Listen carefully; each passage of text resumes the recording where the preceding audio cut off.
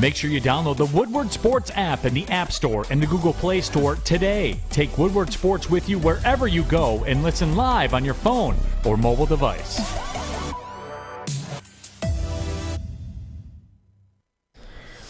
Good morning, everybody. Welcome to the Morning Woodward Show here on the Woodward Sports Network. A beautiful Friday morning. My goodness, live over at woodwardsports.com. The Wings took care of business last night on what was a very special night. Before the game, they honored the 97 Stanley Cup champion Detroit Red Wings. Our very own Darren McCarty was down there. He was looking Michael very Gentry spiffy. was down there. It was nice. The ceremony was really cool. Every time you see Vladdy, it's kind of, pulls on your heartstrings a little bit. But great night, and you know what? Today's a great show. 8:30. Excuse me. Wow, Jesus Christ. You know what? 8:15. We're gonna announce the front row ticket winners. We have two winners. Both submitted fantastic videos. Some of the best impressions we have seen. And at 8:15, we will announce who they are. So make sure if you submitted, you're staying tuned.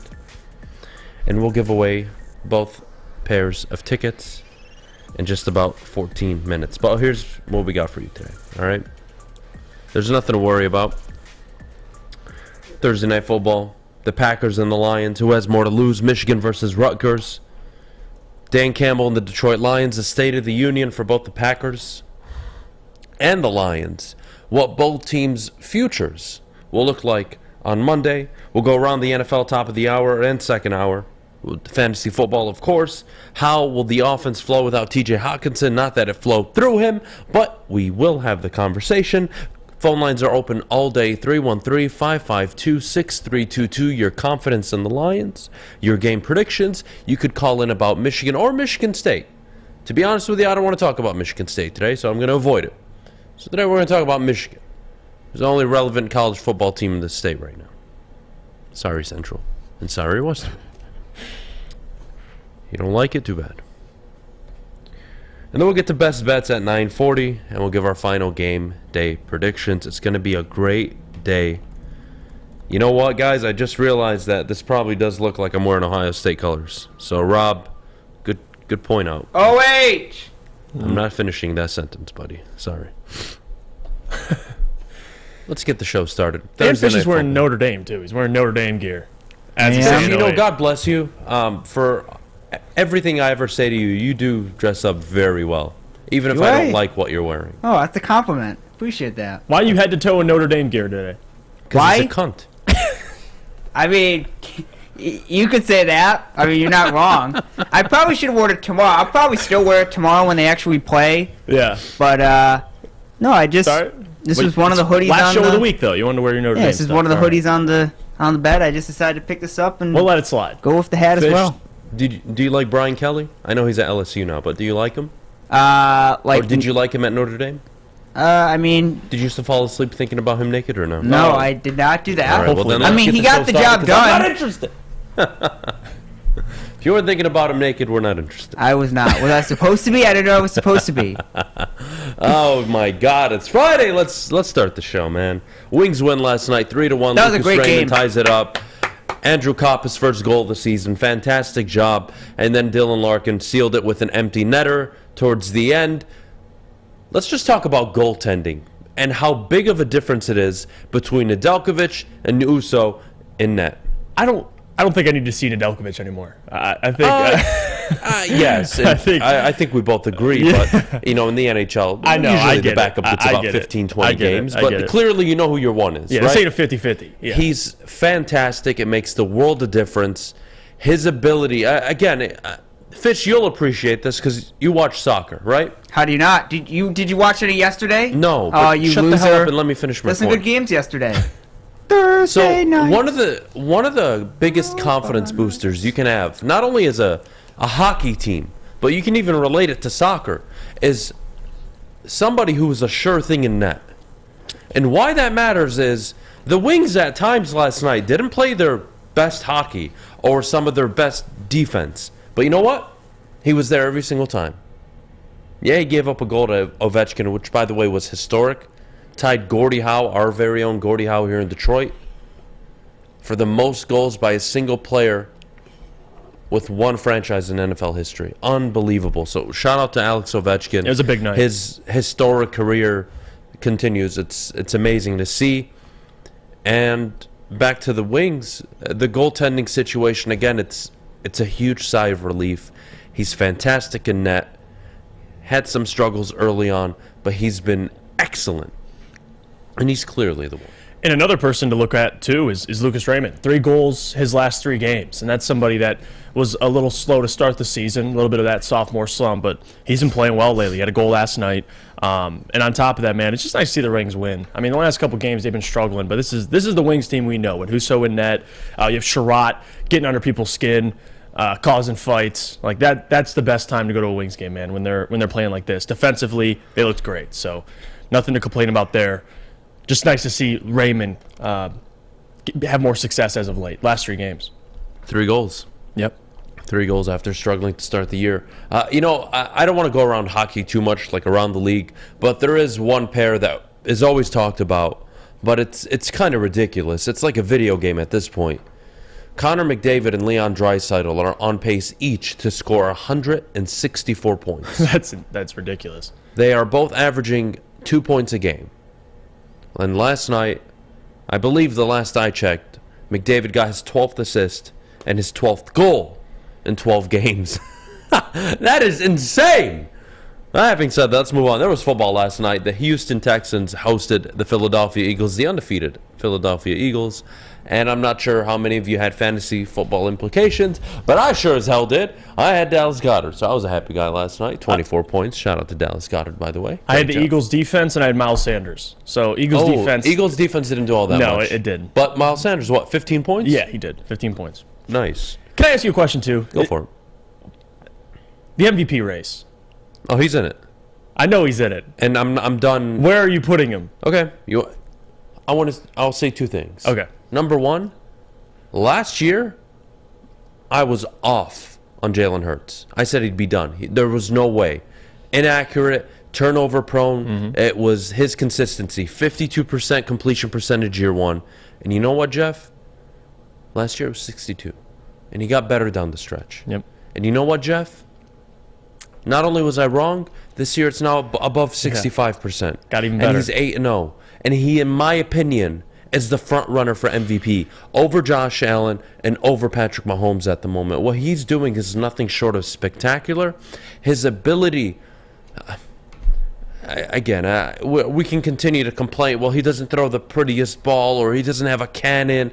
He makes the throws. Yeah. Whether it's to Devontae Smith, whether it's to A.J. Brown, Dallas Goedert, he makes the throws, he makes the plays, he makes the right reads, he doesn't turn the ball over. He fumbled last night, sure, but this team has the highest turnover differential in the NFL. They're undefeated for a reason. They play clean football, they don't shoot themselves in the foot, they don't commit penalties, and they're led by a quarterback who sets the tone. He's the leader, in my opinion, and I was totally wrong on him. Yeah, I was a little skeptical, too. Me and Ryan in the back, I got to give him credit because we had this little argument back there about Jalen Hurts and Matthew Stafford. And I know it's crazy to think about, but at the time, I'm like, Jalen Hurts, like, I don't see it. A lot of the season and the success of the Philadelphia Eagles have is going to be riding and going to be dependent on Jalen Hurts. I didn't think he'd come out like this. 12 touchdowns, 2 interceptions. He's got 6 on the ground as well. And you watch him last Sunday against the Texans. I get it was just the Texans. But the decision-making, I mean, he's throwing basically 68% completion percentage this year, about to be 70. I mean, not only is he more accurate, he can still make plays with his legs. Let me ask you something. I'm probably agreeing with you there. Last night, did you see vintage Jalen Hurts, who was just exceptional? I think he just did enough. He was just efficient. Did the Eagles wow you last night? No. Did the defensive front for the Eagles wow you? Who was it? And the secondary, too. I think it was Hargraves with 3 sacks. That was phenomenal. They had 2 interceptions. The defense, Philly's defense is legit. Having said that, 78% completion percentage last night, 243 yards, 2 touchdowns, no interceptions. Yeah, he can play the position. So we're going to stop that conversation. Yeah. So good for him. Good on him. And you know what? Good on him, Tua, just bucking the trend of, smaller slightly more mobile, but efficient quarterbacks. He is efficient this year.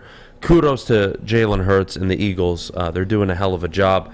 I didn't expect Tua. And you know what? If you go back to that draft class, you know who has the most wins and the highest winning percentage between the 4 quarterbacks that were taken that year? Tua Tagovailoa, number 1. Tua or Jalen. Jalen Hurts. God, Adam, why are you forgetting? Damn it, somebody's number 3, and then Justin Herbert is 4th on that list. God, how am I forgetting this right now? Whatever. I'm pissed off now.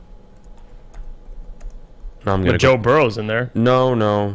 Is Joe Burrow in there? Yeah. Yes, he is. You're right. Joe Burrow's in there. Thank you so much. Joe Burrow's 3rd on that list in terms of regular season win percentage. Right. But still, it's crazy to think about. Tua, Hurts, Burrow, and then Justin Herbert. You know what's crazy, too? Tua and Jalen Hurts, a big thing about those 2 guys coming out of college was the size, right? Yes. And that's kind of where I lean with this whole Bryce Young conversation. And we're not going to get into it. We'll be covering the draft a lot down the line. But it's crazy to think. I mean, a second-round pick like Hurts, and you're still paying him like a second-round pick. It's benefited the Eagles greatly, man. I mean, Hurts is – you can't teach work ethic, and he has that. No doubt about and look, their window is technically 1 year shorter, but they'll be able to extend him. Right. And again, depending on this Lamar Jackson situation, we'll see. Do I think Jalen Hurts has shown the ability to carry a franchise? We set these expectations that are just so ridiculous sometimes. I don't want him to.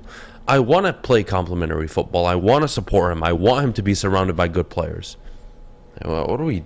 well, you know what? He can't have any help. The quarterback should not have any help. He shouldn't have a head coach, and he should figure it out by himself. That's a great take, guys. We're really making progress. Having said that, the Packers versus the Lions, we'll start breaking down the game, what to expect on Sunday, what it means for both teams, who has more to lose coming up next. But before we go, Jeff, the best defense on and off the field. Well, you saw that defense last night for Philly. I mean, it was scary. But another defense that is scary and can protect you is Guardian Alarm. Because, guys, with winter approaching, you're going to be spending time inside. You want protection, like we all do. Guardian Alarm can help you do that. Call 1-800-STAY-OUT today, and you can rest easy knowing you have 24/7 protection. That's 1-800-STAY-OUT. Let them know your friends at Woodward Sports sent you. Introducing the Planet Fitness Guide to getting that post-workout glow. Step 1. What's your why? More epic energy? Better sleep? Blow off steam? Step 2. Join Planet Fitness for just $10 a month and get moving in our clean and spacious clubs. Step 3. Bask in that post-workout glow. Join Planet Fitness today for just $10 a month. Join today at any of the 50-plus Detroit area locations. It's a great day to get some Centron in your life. Okay. There it is. Centron, here we go. Gotta grab the cranberry. Oh wait, it's 2 for $4. Gotta double up with the classic as well. Centron World, baby. Centron, available at select Krogers, and if you wanna know how, go to @CentronWorld.com. You get dope like me. You know what? Why wait?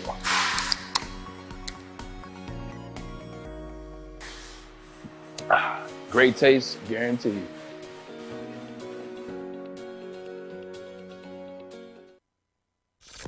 Woodward Avenue, the first paved road in America. Woodward Sports, the first sports network born in Detroit and made for Detroit. All right, you guys have submitted your entries, man. We've gone through the trenches, man. I've seen my team get its ass kicked for 8 weeks, man. And it's going to be a 9th, and man. let me tell you, and probably we're a 10th making progress, against Chicago, man. And an 11th against whoever else they play, man. You guys did a great job with this. So first of all, thank you to everybody who submitted their entries. Congratulations. A lot of them were so great. It was tough to pick just 2 winners. But we'll start with Nora K. On Twitter, it's Nora the Cat with a K. On TikTok, I believe it's just No Cat with a K as well. K-A-T-T. So Nora, I hope you're watching. You are eligible to win a pair of front row tickets for this upcoming game on Sunday. And then we'll go to Instagram, where Nolan Johnson last night came in late with a late W. Oh, the late one. He submitted a late entry, but this one was arguably the best one. Username is Nolan201. So Nolan and Nora, congratulations. Yeah. You've officially won a pair of front row tickets to go see the Detroit versus Green Bay game. Congratulations again. Great job on your entries. A lot of thought, a lot of effort, a lot of props. That was so awesome to see. That was the whole intention of this game. So congratulations again. We will reach out to you from our Woodward Sports account with information on how to retrieve your tickets. So congratulations again. Great job on the videos, and thank you so much for participating. And these people went all out too, like dressed up, had the background. Oh yeah, had the accent. We're gonna play it in the second hour. Yeah, we're gonna get both their videos and play it in the second hour. Having said that, let's get back on the show. Okay, let's get back on track. The Green Bay Packers are 3-5 on a 4-game losing streak, and they're visiting the Detroit Lions, who are 1-6 on a 5-game losing streak. Combined, they have a 9-game losing streak together. Jeff, my question this morning is, who has more to lose? It's no question it's the Packers, personally. Because if you're in Green Bay, not only that, but if you're Aaron Rodgers, there's a certain level of expectation in Green Bay. They haven't had tons of seasons where they're under 500. Most of the time, they're over 500, whether it's Brett Favre or Aaron Rodgers. So those expectations for this year to be 3-5, losing Devontae Adams, trying to acquire a wide receiver at the trade deadline, not being able to do it. They didn't want to pay a second-round pick for Claypool. They didn't want to, they didn't want to overpay for Brandon Cooks. There is a lot of pressure on Green Bay this year. A lot of pressure on Matt LaFleur. Not that he'd be fired, but still, a lot of pressure on Matt LaFleur, a lot of pressure on Aaron Rodgers for them to get back into the postseason. Because we talked about it all before the season, how bad the NFC is. And with that being said, the Green Bay Packers were a team that, like me and like other people, thought would win the NFC North. Looking back, Vikings are a pretty damn good team. But it doesn't change the fact that the Packers have, I don't want to say they do have Super Bowl aspirations. I don't think that's a Super Bowl caliber team even before the season, but they have to at least make the postseason. And if you lose to the Detroit Lions, after losing to the Washington Commanders, you lose to the Bills, which, listen, the Bills lost. It is what it is. And then you lose to the Lions. That's a problem. That's a real problem, considering they didn't buy anything at the trade deadline. So no question, more to lose. I mean, in terms of Aaron Rodgers' career, this is a guy who's the last 2 seasons with Matt LaFleur has won 13 games, has lost in the postseason, one of them being an NFC Championship game, the other one being in the first round against the 49ers at home. So no question, I mean, the Detroit Lions, if you lose this game, it just kind of echoes the fact, and something we've already known, they're going for the number 1 overall pick. They're not good. Not a very good team. The defense isn't good. The offense can put up points, but for some reason can't seem to put up points in the second half. So no question. I think if you're talking about expectations and who has more to lose, the easy answer is the Green Bay Packers, just because of the expectations around Green Bay and what they have going into every single season. The Lions, I mean, if you want to talk about expectations, fair expectations before the season, at least my opinion, this isn't drinking the Kool-Aid. This wasn't because of Hard Knocks. Was to win 6 games, minimum. It doesn't look like they're going to do that. And for the Green Bay Packers, this is a team that you still thought, many people, I know Ryan Romani was pretty spot on. He thought they'd go 7-10. What? Most people had them at least 9, 10, 11 wins. It doesn't look like they're going to hit that this year. So Green Bay is under the most pressure to me. They have the most to lose. Green Bay has more to lose because they have playoff aspirations, right? If you're Detroit, you don't want to keep losing. And I know it's already, we're thinking about the number 1 pick, and we're doing this and we're doing that. Somebody justify it to me. You finished 2-15. You're celebrating having the number 1 overall pick. How do you justify keeping this guy? Like, he's coaching for his job, or maybe I'm just the jackass who sees what's wrong. Maybe it's just me. Who knows? But yes, the Packers have more to lose. They can't fall to 3-6. They can't lose on the road to a Detroit team that just traded away probably their second best player on offense. Right. It doesn't add up to me. The Lions are turnover prone. They're penalty prone. They just shoot themselves in the foot. If you're Matt LaFleur, they can't stop a nosebleed on defense. They can't stop the run either. No, they can't. Aaron Rodgers, Aaron Jones, Matt LaFleur have no excuse not to put together a game plan that takes advantage of the Detroit Lions' weaknesses. It's that simple. No excuse. They have the most to lose. They have the most pressure going into Sunday. The Lions' season is already over. They're 1-6. They're not making the playoffs. They're not about to go 9-1 down the stretch or 8-2 down the stretch. That's not happening. Okay? Let's get Fantasyland out of our heads. That's not happening. All right, cool. So now what is the focus for this football team? Clean it up. Stop with all the mental errors. Stop with the penalties.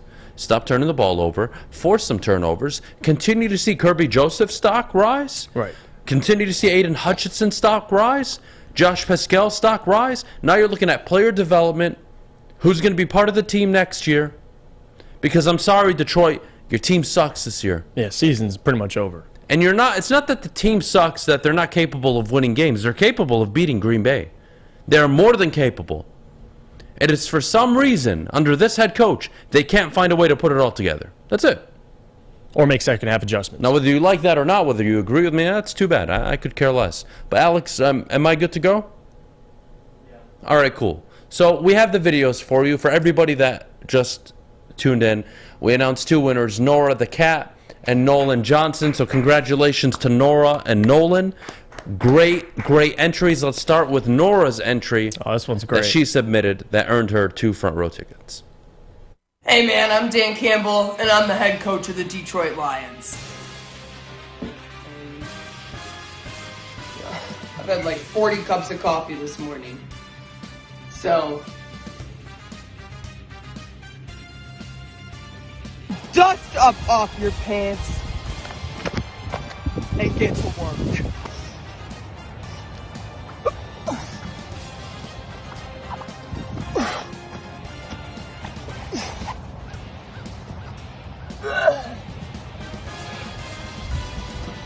What happened, Coach Dan? Ooh, my wrist. I think I'm getting too old for this. I like how they're looking out there today, Deuce. I like how they're looking out there today. Good job today, Goff!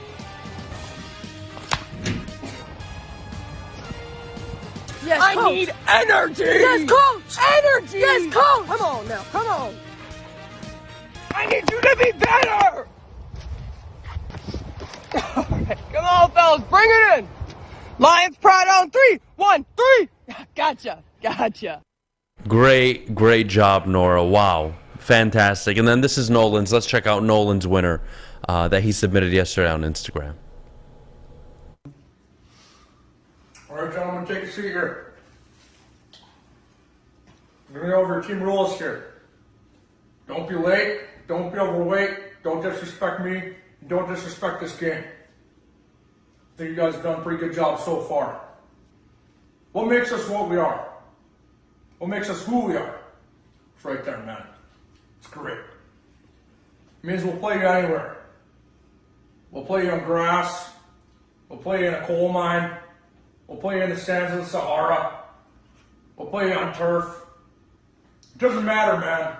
If you have 1 toe and 3 ass cheeks, I will beat your ass. I will beat your ass. And you better believe it, man. There's a number of you that are fighting for a roster spot, fighting for playing time, fighting with your wife at home. But I'll tell you what, man. You just got to get a hold of her, man. And you bring her into the backyard, in the pool, fight her in the shallows. And if you can drag her into the deep, dark abyss, you can drown her. And that's what we got to be. Because that's who we got to be. That's our domain, man. Because you will hold her head underwater, man, for as long as it takes to win. As long as it takes to win. Man, I didn't know Ben Johnson entered the competition. I mean, that guy, talk about his TV too, my gosh. Shout out to Nolan, by the way. He absolutely killed that. That was great. Maybe he can help with second half adjustments. I don't know, but shout out to Nolan. Any of those participants could. The whole intention of the contest was just to give away the tickets, but you guys did such a great job with the videos. Yeah, they nailed great it. job. Nailed it. Having said that, it's pretty sad how accurate those are. Honest to God. I mean, those are the pre-game speeches, the halftime speeches, the post-game speeches, practice, whatever it is. That's exactly what he is. Is Dan Campbell the most impressionable head coach? Like, probably the most easy to do an impression on? And Bill Belichick's pretty easy. Belichick is awesome too, because just talking like this. Maybe Sean McVay you can do. Playing Green Bay today, and I think Dan Campbell's a really good coach, fine coach, excellent coach. Jack Fox. You just gotta wear a sweatshirt. What was that? Do I think no comment. No. We're focusing on Green Bay. Thank you. You could probably do Pete Carroll too. I think Bill Campbell. Honestly, John Gruden when he was in the league. Yeah, you could do John Gruden was awesome. Who else? Gosh. Nick Sirianni with all his cheesy... man. They do such a great job on the Pat McAfee show with that. It's so funny. I think it's Ty that does that. Yeah. So awesome. I mean, you could say Sean McVay with him knowing all the stuff. No, I mean, how do you make fun of Sean McVay? Well, you don't make fun of it. You just do his impression. You make fun of Andy Reid, right? Yeah, for sure. Oh, my goodness. That's what we should have done. Andy Reid. Andy Reid, you just put like 3 pillows under your stomach. You bring in 7 cheeseburgers. Boom, you're Andy Reid. Week 5 against the Chiefs, Sean McVay. Yeah, we went for a draw play to the right side, and he cuts back forward. Couldn't get the run, so we had to turn back around and run. It was a very good play there. Thank you, Sean McVay. Pete Carroll with the Mike McDaniels is a nice one. But how do you... Mike McDaniel just has swag. I mean, it's kind of different, but... And he sounds like he's just... John Madden. Boom! Yeah. That's a classic one. Oh, God. Yeah, no doubt. Oh, God. All right. Well, look, let's continue on. We both agree Green Bay have more to lose. Monday's an interesting day for both of these teams. Green Bay, you're staring down the barrel of retirement for Aaron Rodgers with the loss. That's the reality. And for Dan Campbell and the Lions, again, I can only speak for myself. If they're 1-7 on Monday, no, the season hasn't altered. They just suck with this guy as their head coach. I don't believe in him. For those of you that do, God bless you. Yeah, we need people like you in this world. They're getting used to him. Anybody gets an opportunity. That's fine. All right, cool. I find it. I'm not going to be any more upset if they're 1-7 or 2-6. Both are meaningless to me, given the pathetic start to the year. And at this point, you have 10 games left on the year. At 8:45, I'll ask the question: what can Dan Campbell do over the next 10 games to change your mind, if your mind has been changed? So we'll get to that and more coming up, though. Right now, Michigan versus Rutgers. Jeff, I have a very important question for you regarding Michigan's contending status, not only in the Big Ten, but in college football. Can't wait to have the conversation. But before we go, our good friends over at Big Boy. For a limited time only, all new burgers and loaded fries are at Big Boy. It's not just the Slim Jim, it's the Big Jim, the chili cheeseburger, as well as the bacon blue. But how about upgrading those fries, too? Chili cheese fries, baked potato fries, nacho fries. Satisfy those taste buds at Big Boy. Fellas, let's be honest. We like things to be easy. We like simple stuff, like sports 7 days a week. We like things uncomplicated, like Lady Jane's Haircuts for Men. Open 10 to 8, 7 days a week. Walk in anytime. Sign in, sit down, watch your favorite team play, and before you know it, your hair will be game ready. Open 10 to 8, 7 days a week. Walk in anytime. Lady Jane's Haircuts for Men. It's wicked awesome. 3 NBA championships. Detroit fans were there. 11 Stanley Cups. Detroit fans were there. 4 World Series wins. Detroit fans were there. And that one Lions playoff win in 1991? Yeah, Detroit fans were there. Woodward Sports, where the fans are. Chili Peppers Tanning is where you'll find all the cleanest salons in the D with spotless, sanitized rooms and trained and certified tanning professionals. You can join the Pepper Club for all the best deals. They'll beat all competitors by $5. ChiliPeppersTanning.com. Hottest bulbs, hottest deals, darkest tans. Your Vitamin D headquarters. 27 locations and more coming. Chili Peppers Tan. All right, we are back here on the Morning Woodward Show, 8:30 on a beautiful Friday morning. Thank you to everybody joining us over at WoodwardSports.com for all the latest news surrounding your team, whether it's the beat reporters putting out everything they're seeing or breaking news. We have it for you over at WoodwardSports.com. Make sure you check it out. Here's where we're going to start. Michigan have a 7:30 kickoff time on the road at Rutgers, Jeff. Undefeated. Are Michigan legitimate title contenders. And I'm sorry, I hate doing this, but I think we all realize it's now just, and not only now, it's always been about Columbus. That's it. Yep. That's the game. So Michigan have to take care of business, and even if they slip up in one of the next 3 games, it doesn't matter, because you win in Columbus, you're representing the Big Ten in the Big Ten championship game. It's that simple. Yeah, and I think for me, we've talked about Michigan plenty of times being a national contender. We at least think they have the talent to do it. But if you want to talk about that offense, yes, they can destroy teams at the line of scrimmage, which is going to be important against Ohio State to be able to run the football. It is. But another part of that is red zone efficiency, which they didn't have a lot of against Michigan State. You know, they settle for a lot of field goals. That's the thing you have to adjust or change moving into Ohio State. You can't settle for field goals. You got to score touchdowns. You got to be a more dynamic offense than what you can just do on the ground. Because last year you were able to beat Ohio State doing this. This was the key to success, pounding the football with Hassan Haskins and Blake Corum. You had a great defense getting after C.J. Stroud. I don't know if this defense, although there's more depth, I'm not going to sit here and say there's going to be an Aiden Hutchinson-esque performance from a player. But what you can do is be more dynamic on offense to kind of make up for that. So for me to see them, what I need to see from them to be able to be more confident heading into Ohio State, Adam, it's got to be that red zone offense, to be able to score touchdowns and not settle for field goals. Because you saw Ohio State struggle against Penn State late in the game. The touchdowns came, and they came quickly. And that's how Ohio State operates. And it was on the road as well. This is going to be in Columbus. So Michigan, it's a tough task ahead of them. But really the big story heading into that game is going to have to be their passing game.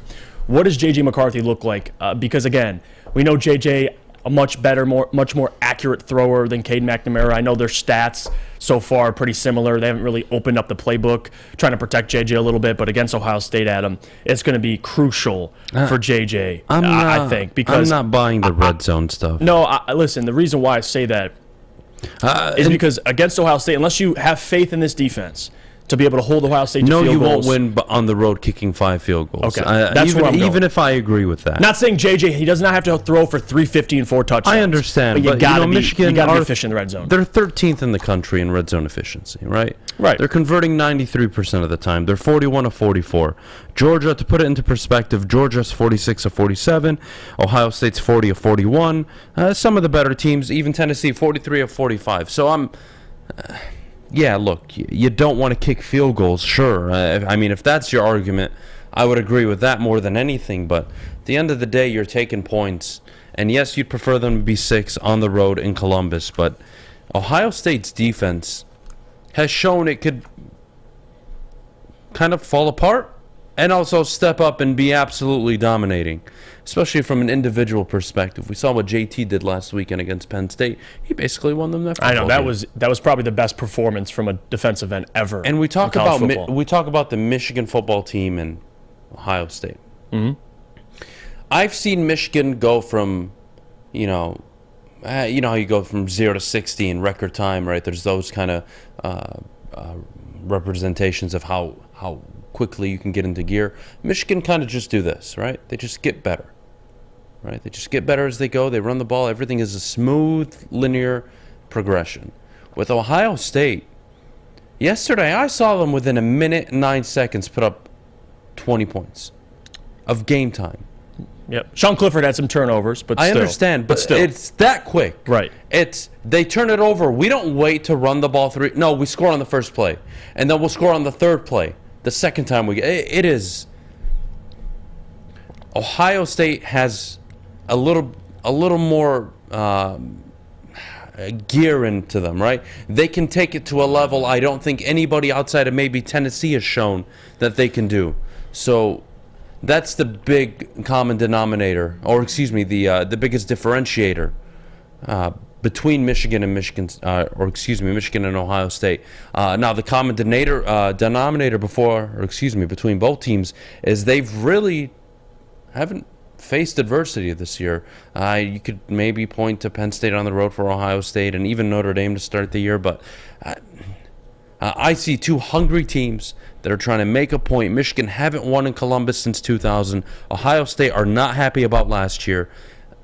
That game is setting up to be a college football-esque, playoff-esque atmosphere.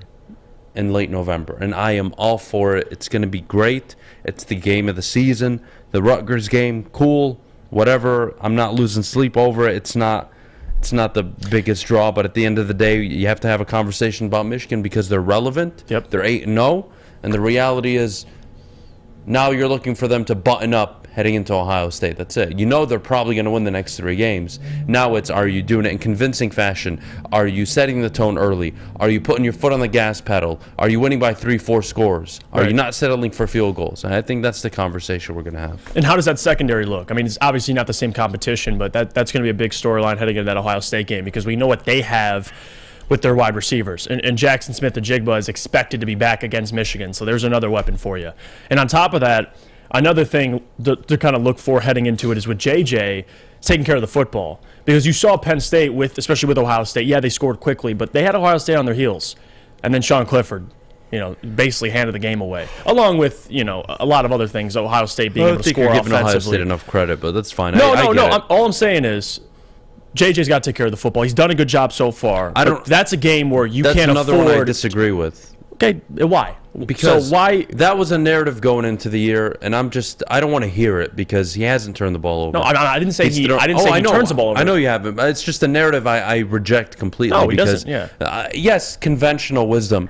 Take care of the football on the road. Yeah, obviously. But the guy doesn't have 7 interceptions on the year right now where I'm thinking, man, in Columbus, that arm might get you in trouble. He's only thrown 1, and if we're all honest, that wasn't really much of an interception considering how it fell into the receiver's hands. Right. So, and he's a much more accurate passer than Sean Clifford, but Clifford had like 3 interceptions, I think, heading into that game. And then he threw, 2 or 3. So, again, I get what you're saying, but that's still a concern, especially on the road. You can't turn the ball over. Yeah, what was it? I think it's 10 touchdowns and 2 interceptions on the year, something like that. Yeah. Completing like more than 70% of his balls.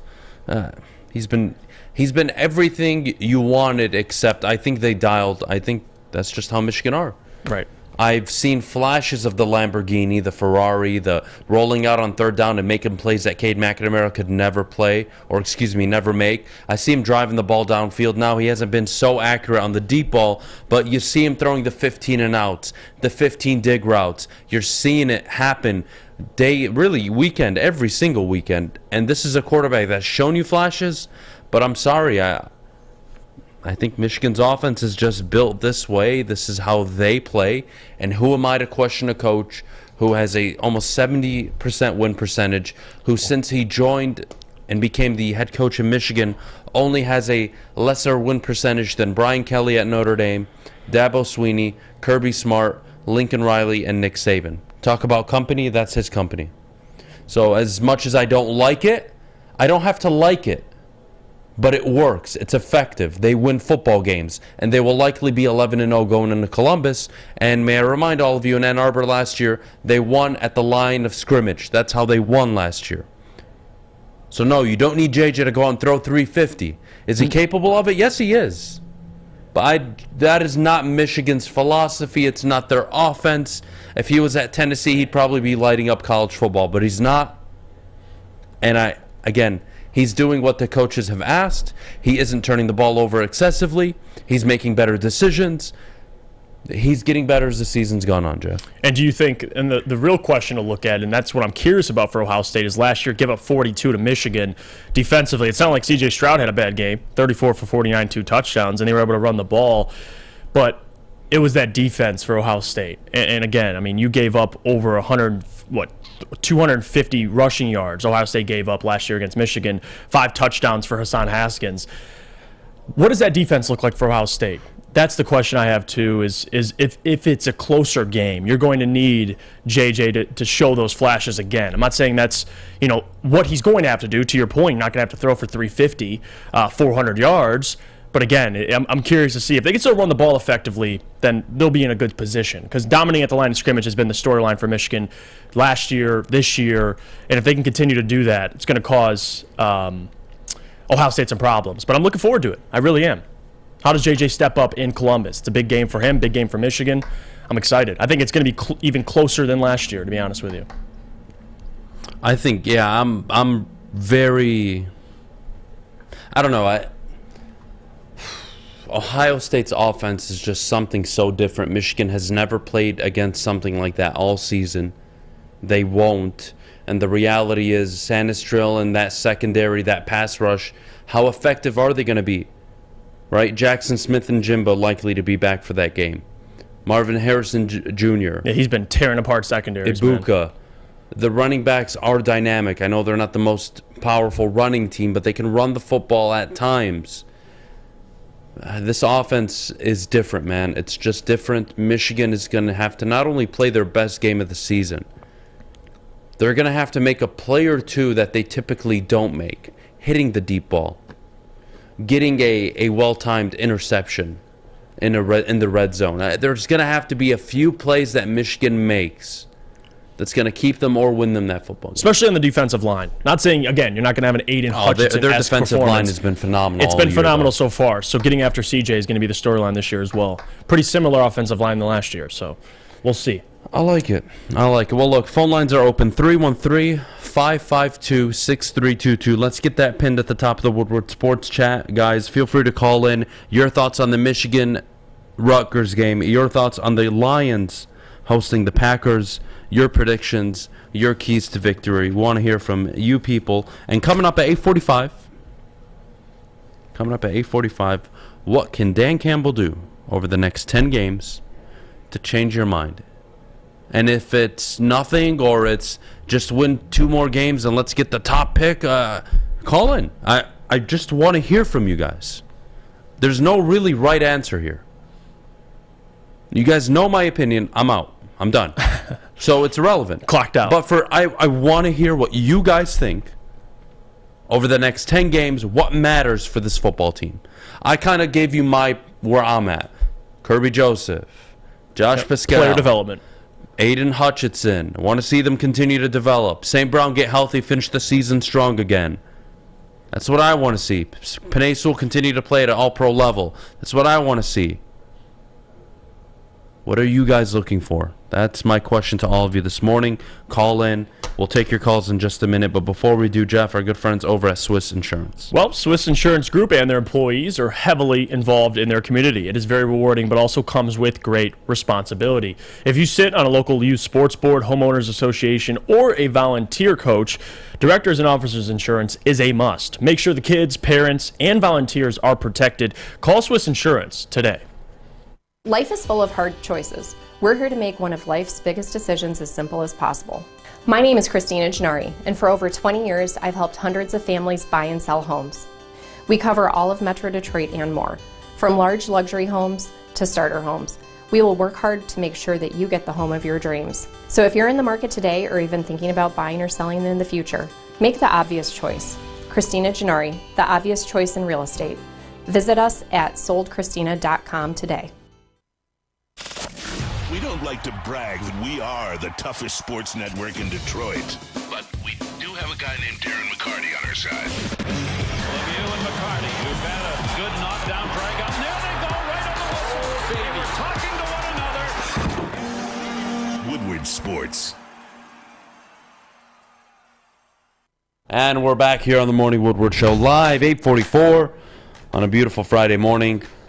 Live at woodwardsports.com. To everybody in the Woodward Sports chat, you see the phone line number pinned at the top of the chat, 313-552-6322.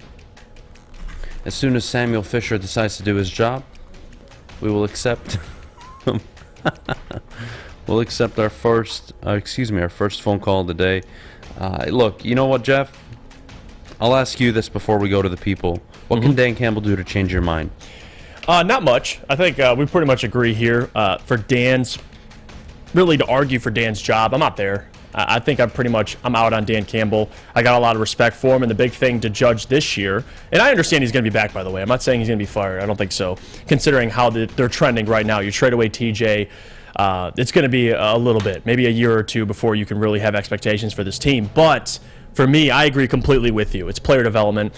What does Kirby Joseph look like? Those guys. As long as Aiden Hutchinson, Josh Pascal, Kirby, I'll even throw Jeff Okuda up in there. If these guys improve and get better, you just fire Aubrey Pleasant. I'm looking at that secondary as well. Is Amani Warrior lining up on the opposite side of the line of scrimmage? Those things I'm going to be looking at. The wins and losses at this point do not matter. Selfishly, I'm a guy who agrees, lose every single game throughout the season. I don't think it really changes. Even if they win, let's say 4 more games, Adam, and they go 5-12, it doesn't change my opinion on how the season started. I've seen what I've seen. Now, if Dan can improve, that's great. Maybe you see some flashes. But you saw flashes last year. What'd they go, 3-3 down the stretch? Didn't carry over to this season. It didn't at all. So it's not really about the wins for me. It's about player development. These are the guys you're going to be riding with next season. And on top of that, selfishly, lose all these games because I want the number 1 overall pick. I want the flexibility and the option to take whoever I so choose. So for me, Adam, it's not really about the wins. It's about Dan Campbell's in-game decision-making, and on top of that, players getting better, and I'll take it. All right, let's go to Trevor out in Belleville. Let's go to the people. What can Dan Campbell do to change your mind? Trevor, so I guess I'll start here. Where are you at with Dan Campbell? And again, what do you want to see the rest of the season now that it's pretty clear the season is over? Hey guys, actually I was calling about Michigan, but yeah, I can talk about Dan Campbell. No, you're fine. You can go for Michigan, buddy. You're good. What's on your mind? Okay, no, what I was saying is 5 minutes ago you guys were talking about, how Michigan's been kicking all these field goals, you know what I mean? Right. You have to score points to beat Ohio State. You cannot rely on Jake Moody the whole game like you did against Michigan State, like you did against Penn State. You gotta score points. I'm with you, Trevor. I think we all agree that you do need to have.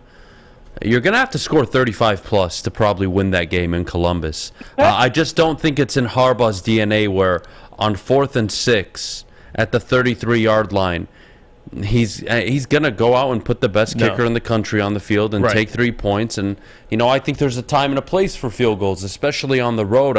I'm not a fan of empty possessions. Now, you get to the red zone. All right, now we're talking about going for it, being aggressive. But, if you're on the Ohio State side of the field and, 4th and 7, 4th and 6 look, the offense isn't really getting any momentum, you take the 3 points. But I think you made your point, Trevor. You are right. They're going to need touchdowns to beat Ohio State. Yeah.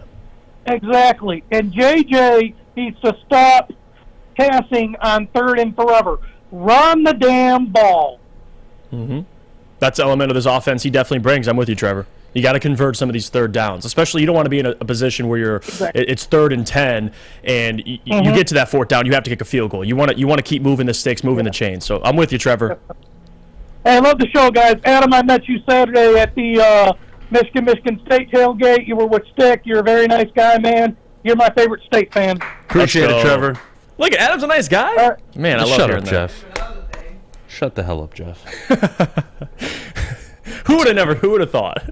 All right, let's go to James out in Ann Arbor. James, you're on the morning show. What do you got for us, buddy? Out in Ann Arbor. Yes, good morning, gentlemen. How are you two gentlemen doing today? Good morning. Good, man. How are you? I'm doing fantastic. It's Friday, but kind of want to talk about Michigan and the Lions. First, Michigan is doing well by second-half adjustments. You see sometimes they're giving up 10, 14, 17 points in the first half, but the second half they're shutting these teams out or giving up 3 points max. Right. And that is something that I'm actually going to correlate with what I want to see Dan Campbell and his staff do. Besides player development, where are the adjustments? You keep going with the same thing over and over again, but guess what? You're not getting the same production, or you're getting zero production. So that is something that I want to see the Lions do. And also, both teams kind of need this, and I'm hoping that the Lions, when they get Jamison Williams back, but I want to see some electric receivers from Michigan, because you look at the top 5 teams outside of Michigan, they have explosive players right now in the wide receiving core. Tennessee, Ohio State, Alabama. Well, actually, I rephrase Alabama. Alabama has no one this year on the wide receiving core, but they do have an all-purpose back in Gibbs. Right. That's just what I kind of wanted to bring up with the Lions and the Wolverines. Yeah, it's a great point. Go for it, Jeff. No, it's a great point. I think the wide receiver core, because that was the big question, right, coming into the year. You have Ronnie Bell, Andrew Anthony, Roman Wilson, these guys.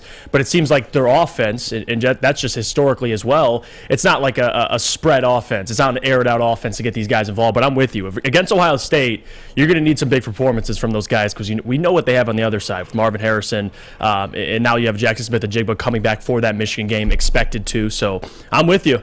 Those guys got to be able to step up. I don't know if they're going to be able to dominate on the ground just as they did last year. Hassan having 5 touchdowns, but you never know. Fair enough. I agree. James, appreciate the call, buddy. You have a good rest of your Friday. Enjoy your weekend, man. You as well, gents. Yep. You know, again, there's more for me. I still see more from Michigan offensively, but that's not their DNA. So I'm not going to sit here and complain about it or wish for something I don't believe will happen because they're finding success playing the way they do play. Right. So it doesn't take anything away from the talent they have in the wide receiver core. They didn't have Ronnie Bell last year, obviously, because of that ACL injury. But this year, you got him.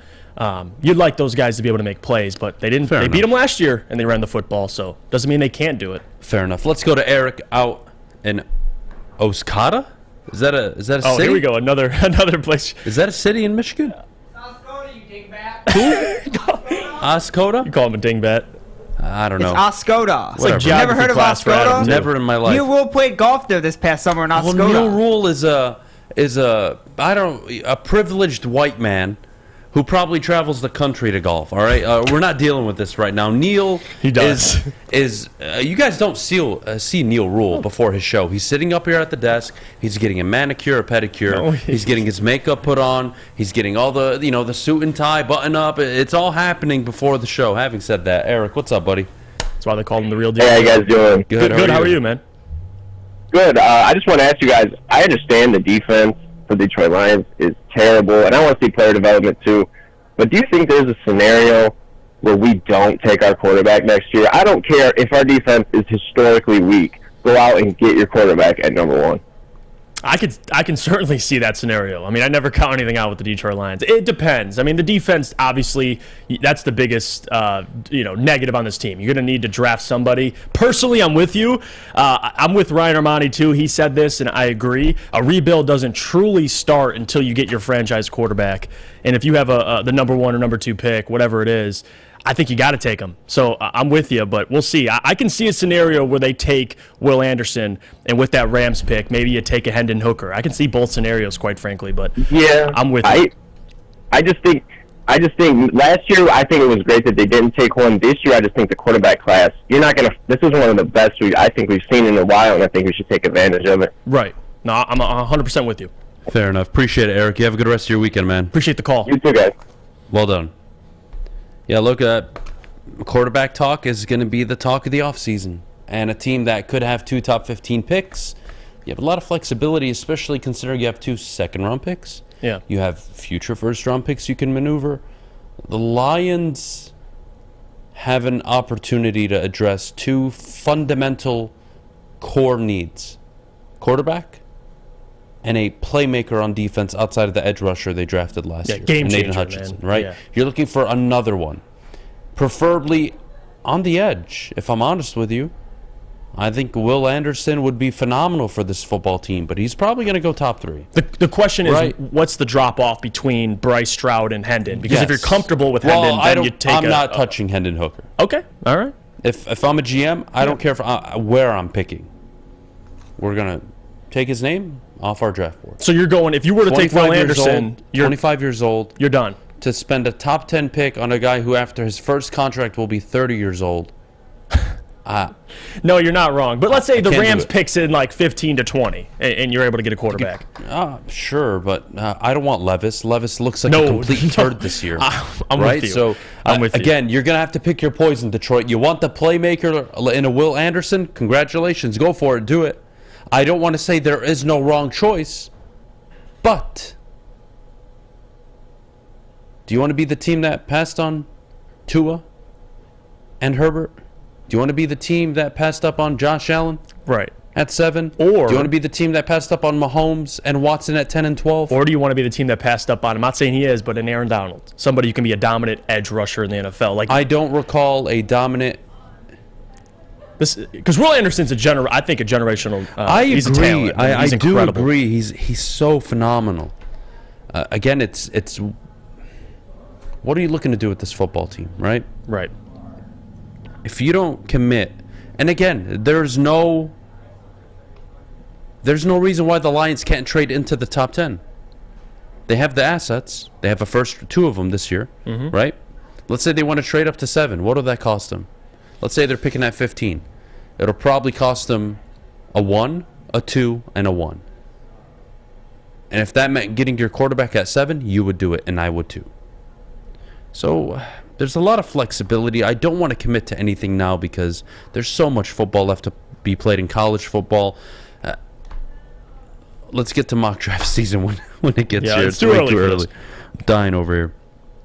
Let's go to Harry. Harry, you're on the morning show. What do you got for us, buddy?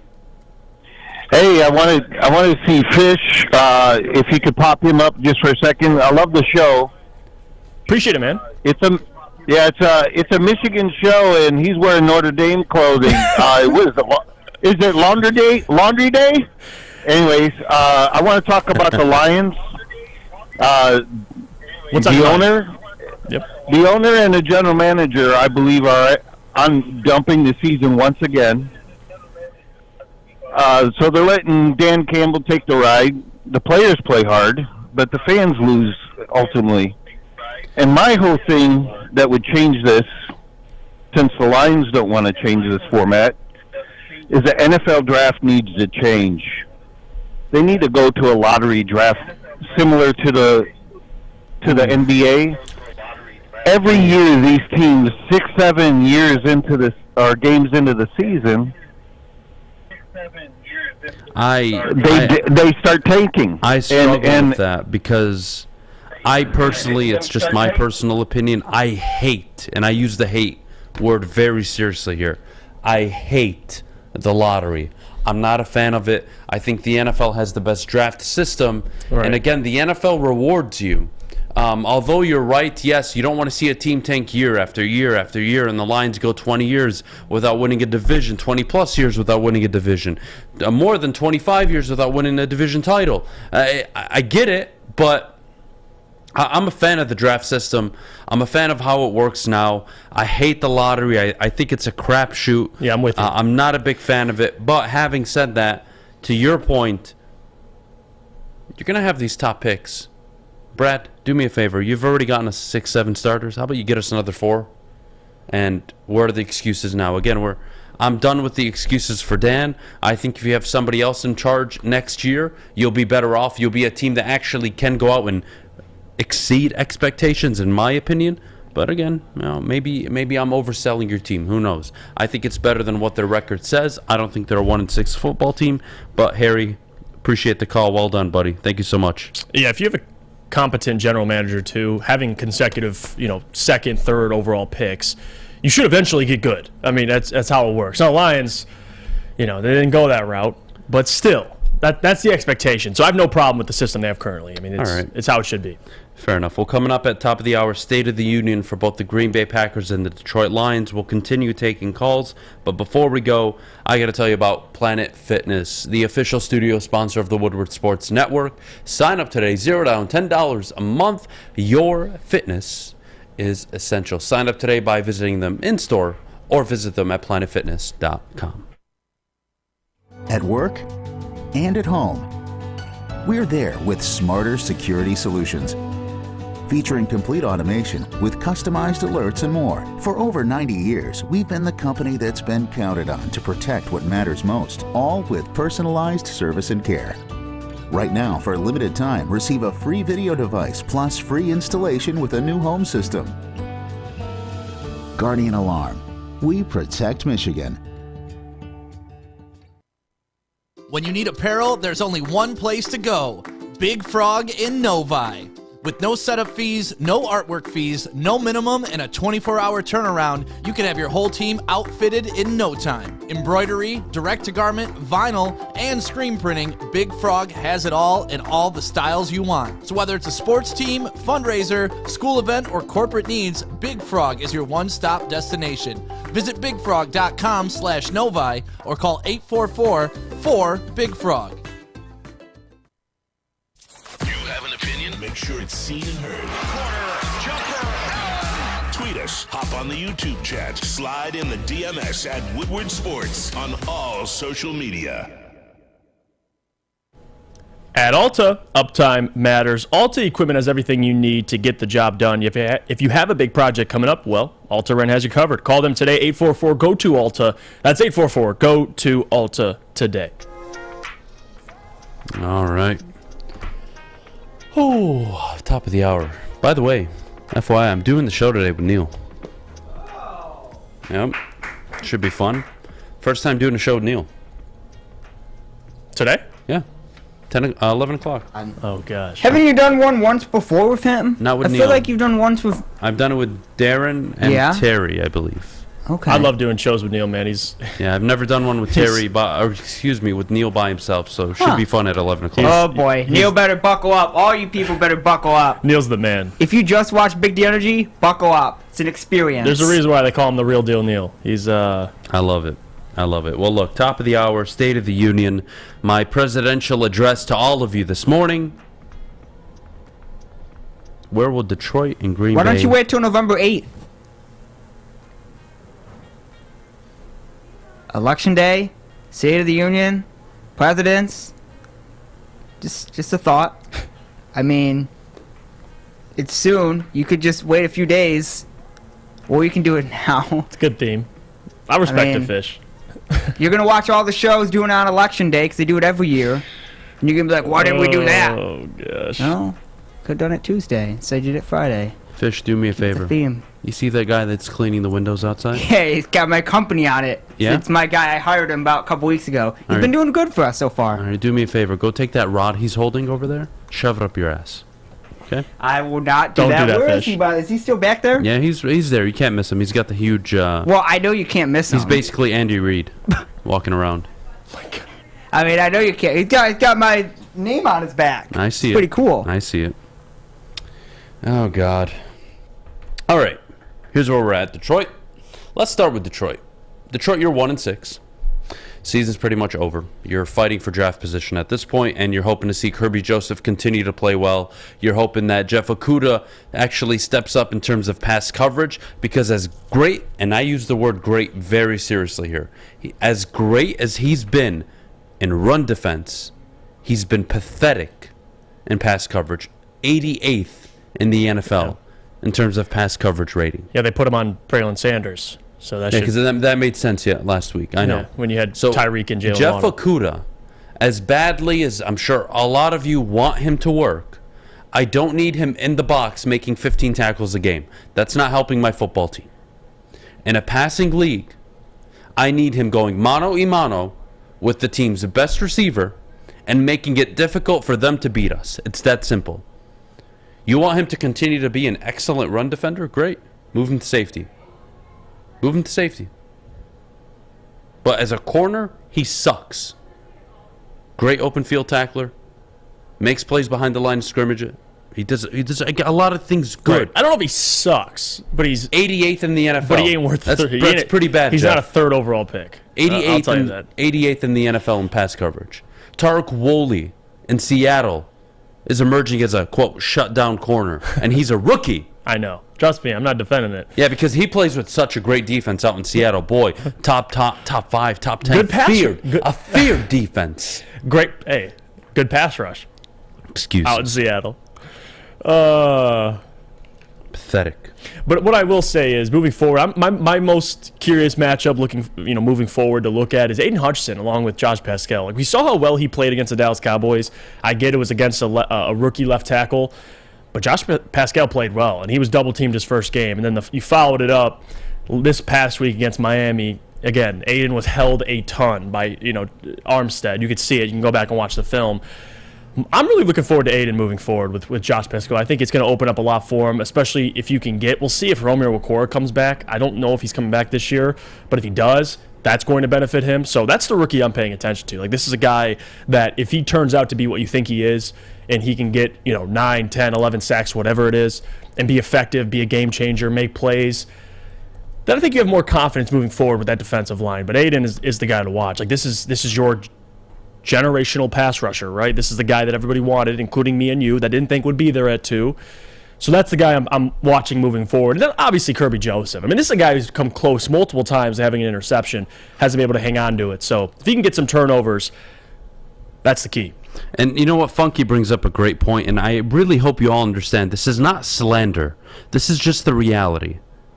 Funky says, some people are saying that Okudah had a great game because he only got targeted one time. Lol. Dude was covering the 5th option on the Finns. Thank you.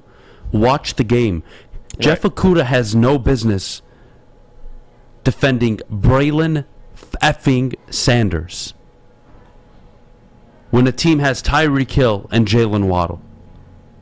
That is not his responsibility. And whether that's on coaching, whether they don't believe he can do it, well, if he can't do it, who the hell is supposed to? In that secondary. I'm getting tired of hearing how much progress Jeff Okudah is making. You knew he was a good open field tackler. He had one of his better games against Arizona his rookie year. He's always been a very good open field tackler. That's never been the issue. It's can he play the cornerback position? And what do you know? You keep a safety. You basically double team anybody that he's guarding. Wow, that's a good use of another player on your defense with a defense that's already struggling to really cover the whole field. That's smart. If he can't go up against Jalen Waddle, if he can't go up against the wide receiver 1s, hell, even the wide receiver 2s of the NFL, don't talk to me about him he's really having a great season. He's stepping up. In run defense, yes. In tackling, yes. He's an excellent tackler. He's doing a great job tackling. That's not your job as a corner.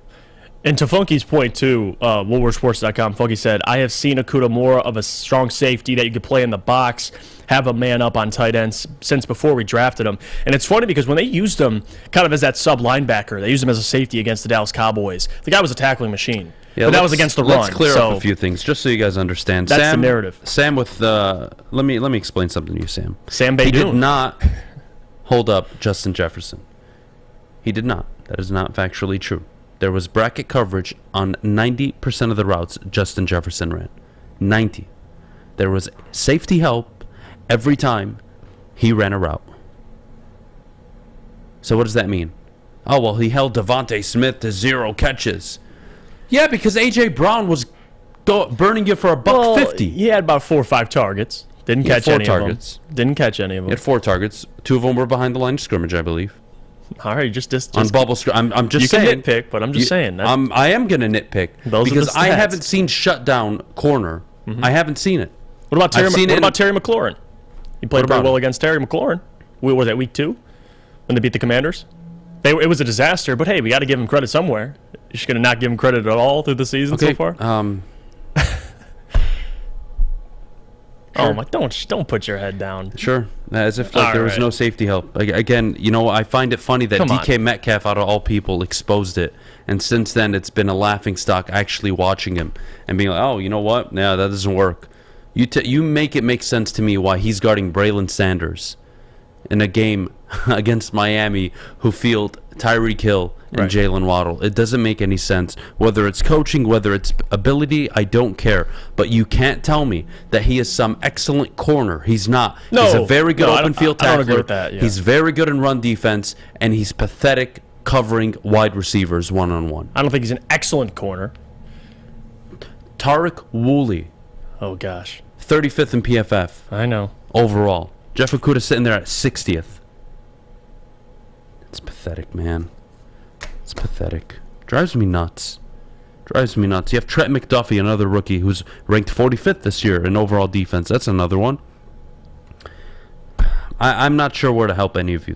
I really don't. In terms of pass coverage, he's been awful. He just has been. What are you going to do? Imagine I beat you with one player. Why would I go to the other side of the ball? Think about that. If A.J. Brown's going for $150 and you're not making the adjustment and putting Okudah on him, why wouldn't I just keep going to him?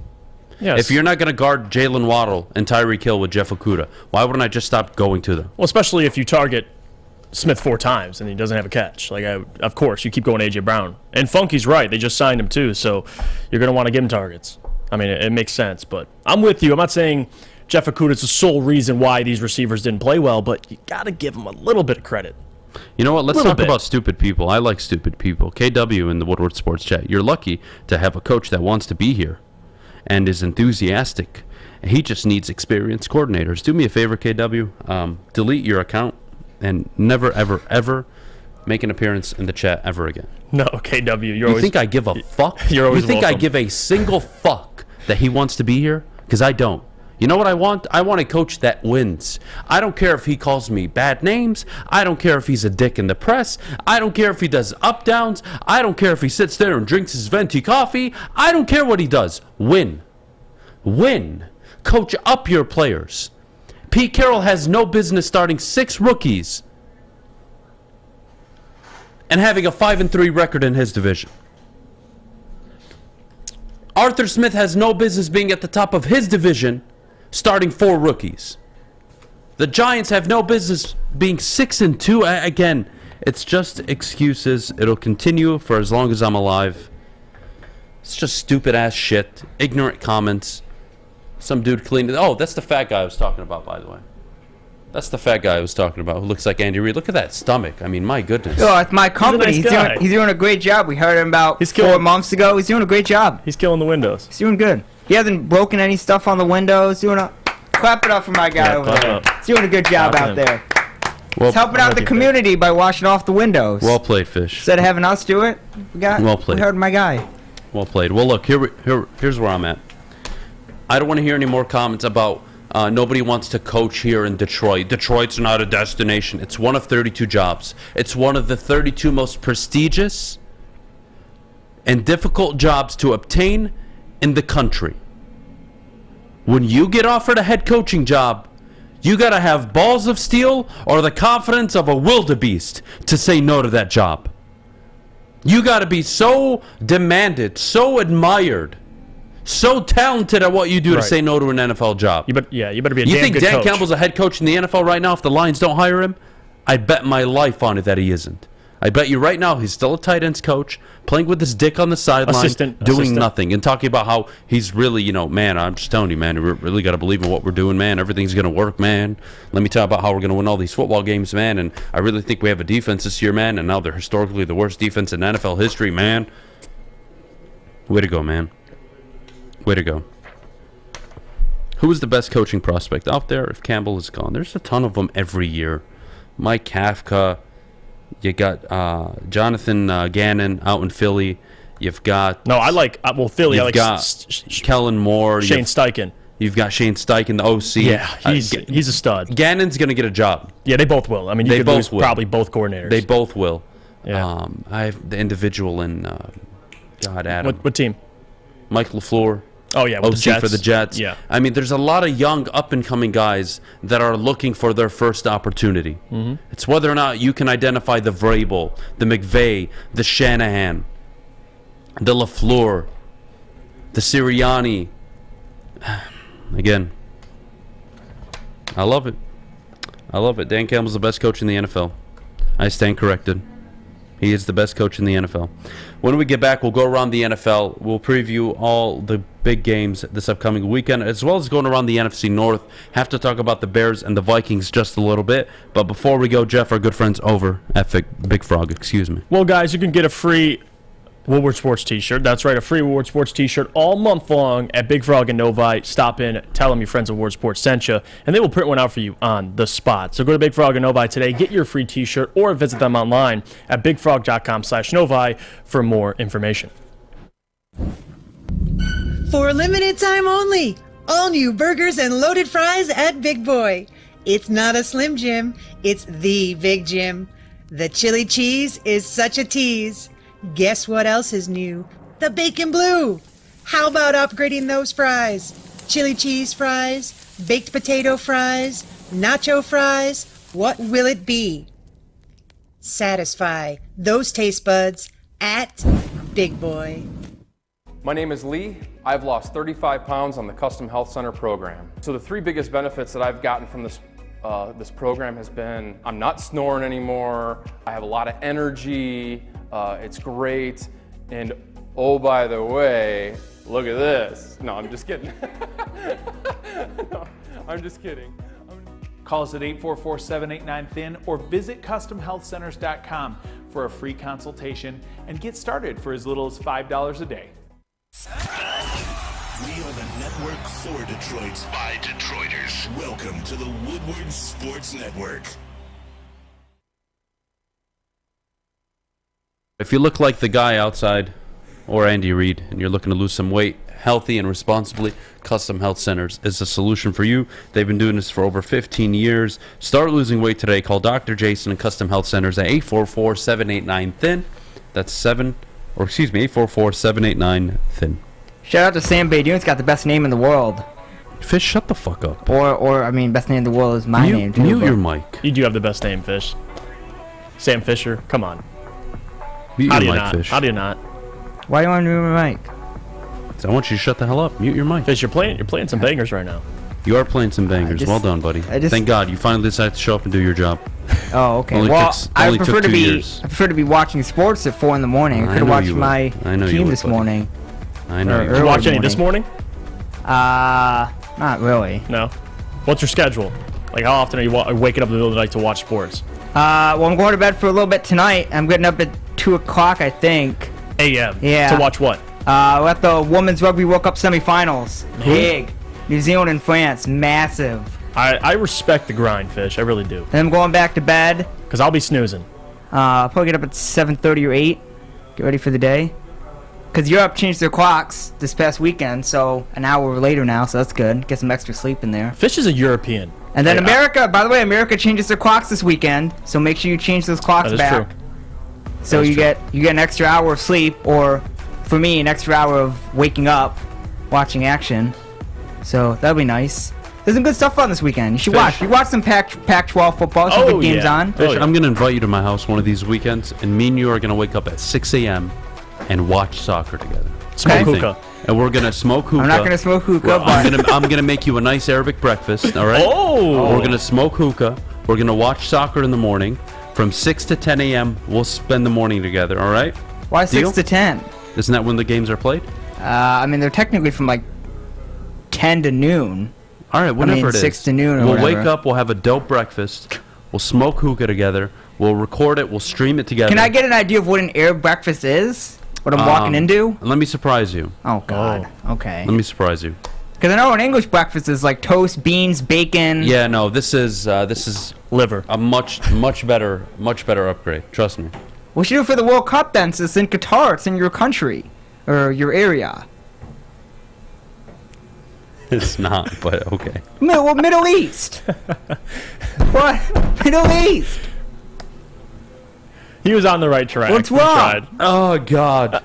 Fish, shut You're the telling hell me up, that man. Qatar, Lebanon, hell UAE, Saudi Arabia, they're in the Middle East. None of those countries are anything alike, I promise Well, you. I know they're not alike, but they're in the Middle just East. don't do it. Just don't do it. Just like we're in Just North stop it. America. You Just can say stop it. people say about USA and Canada, they're the same country. Just they're not. stop it. Fish, just stop while you're ahead, all right? Just stop, please. Shut the hell up. Oh, my God. Let's go around the NFL. Miami versus Chicago. Miami looking to improve their record to 6-3. Chicago trading for Chase Claypool, but getting rid of their best defensive players, Robert Quinn and Roquan Smith. Jeff, who you got in this game? This one's pretty easy for me. I'm gonna lean Dolphins. I mean, no one has yet to beat Tua, the Dolphins, with Tua starting for the entirety of the game. So, and they just get Bradley Chubb. They upgrade that defensive line. I know the Dolphins previously, before Chubb, were last in the league in pressures, getting to the quarterback. Chubb's going to help that. They just signed him to a long-term extension. I'm curious to see the impact of Chase Claypool. The offense looked actually pretty good the last couple weeks without him, but overall, you're trading away a tackling machine in Roquan in a game changer. It's definitely going to affect them. So this is clearly the Dolphins. I'm rolling with them. I'm going to go with the Dolphins as well. I think they're going to cover the spread as well. Miami just has way too much. Waddle, Hill. There's no answer for Chicago. Justin Fields, though, the last 2 weeks has gotten it together. I still am not a fan of how he throws the ball. Chase Claypool, I don't think is going to make much of a difference. I hope it does. I'm rooting for the kid, but it's not looking good. He looks like a running back more to me than a quarterback that can actually, I don't know, throw the football. Kind of a requirement in the NFL. I don't know if you noticed, Joe. Next game, Buffalo and the Jets. The Jets, look, they were 5-2. A lot of good talk. The reality is they're staring down the barrel of 5-4. And no, that doesn't mean their season is over. But the Breece Hall injury hurts. Having said that, they got to find a way to overcome it. There are no excuses in the NFL. So you're at home, you're hosting the Bills. The Bills have been on a hot streak. They were kind of lackadaisical last week. They didn't really finish off the Packers like they should have. I think there's an opportunity for the Jets, but you can't bet against the Buffalo Bills and Josh Allen. He's on an MVP-type season. I'm going with the Bills, Jeff. Yeah, and especially the performances Jalen Hurts has been putting on. Josh Allen has to come up with some of those big performances. The Jets, we understand, have been overachieving. Even if they fall to 5-4, like you said, it doesn't change anything what we think about the Jets. They've had a good season so far. But overall, the matchup I'm looking for, more than just the game, Adam, Sauce Gardner, Stephon Diggs. That's what I'm going to be paying attention to. The rookie who's in the race for Defensive Rookie of the Year versus arguably one of the best receivers right now in the NFL. So it's going to be a great matchup, but obviously rolling with the Bills here. Fair enough. Minnesota, Washington. This is my game of the week, by the way. Out of everything that's on TV, this is the game I want to watch. The Commanders are so much better with Taylor Heineke as a quarterback. Shame on them for ever going out and getting Carson Wentz. Huge shame on them. Taylor Heineke, Terry McLaurin, they bring the best out of each other. I think Minnesota's going to have a problem this weekend. I'm still going to pick them to win, but give me Washington to cover. Minnesota barely sneaks out with a win. TJ Hockenson, his first game, we'll see how he does for Minnesota. But Dalvin Cook, Justin Jefferson, Thielen, Cousins playing really top 12 quarterback level football at the moment. You could even argue top 10 with some of the notable big-name quarterbacks falling off lately. So Kirk Cousins has been playing really well. He hasn't been turning the ball over much. Again, Kevin O'Connell has the Vikings clicking on all cylinders. I think they improved to 7-1. But watch out for Washington. They're 4-4. They're sneaky good. Yep. They cause problems. They're not the most talented team, but they're disciplined and they know how to stay in games. I think Washington keeps it close, but Minnesota squeaks it out, Jeff. Yeah, Taylor Heineke, I mean, this is the guy who finds a way to cover. I mean, last year in the playoffs, almost beating Tom Brady and the Buccaneers. That's the reality of it. And right now, the Commanders 4-4. They're much improved compared to past weeks. This is kind of a sneaky game for the Vikings. We'll see how TJ Hockenson looks this week. I'm going to be watching that, no doubt about it. But overall, I'm going to pick Vikings to win. I'm with you, though. The Commanders covered. They're at home, Heineke and McLaurin. We had this conversation, too, talking about McLaurin early in the year about fantasy. And when Heineke got that starting job, I was talking to him like, hey, listen, the connection between McLaurin and Heineke has been proven, and I think they're going to continue that against the Vikings. I think it'll be close, but I'm going to go with the Vikings here to beat them. Break down Seattle at Arizona. Yeah, Seattle beat them earlier in the year. I think the Cardinals, if I'm not mistaken, was held to about 9 points. Cardinals are a weird team. I mean, Cliff Kingsbury, if you had to do a power ranking on coaches to be fired, I think Cliff Kingsbury is probably number one right now for me. That's the guy who still has a job, 3-5 on the year. They're not great defensively, and offensively, getting DeAndre Hopkins back has helped tremendously. I'm gonna say the Cardinals beat the Seahawks here. I don't think the Seahawks beat them both times. I think the Cardinals get a win. They're at home. They're 3-5. They got to win. The Seahawks are 5-3. They're on a 3-game winning streak.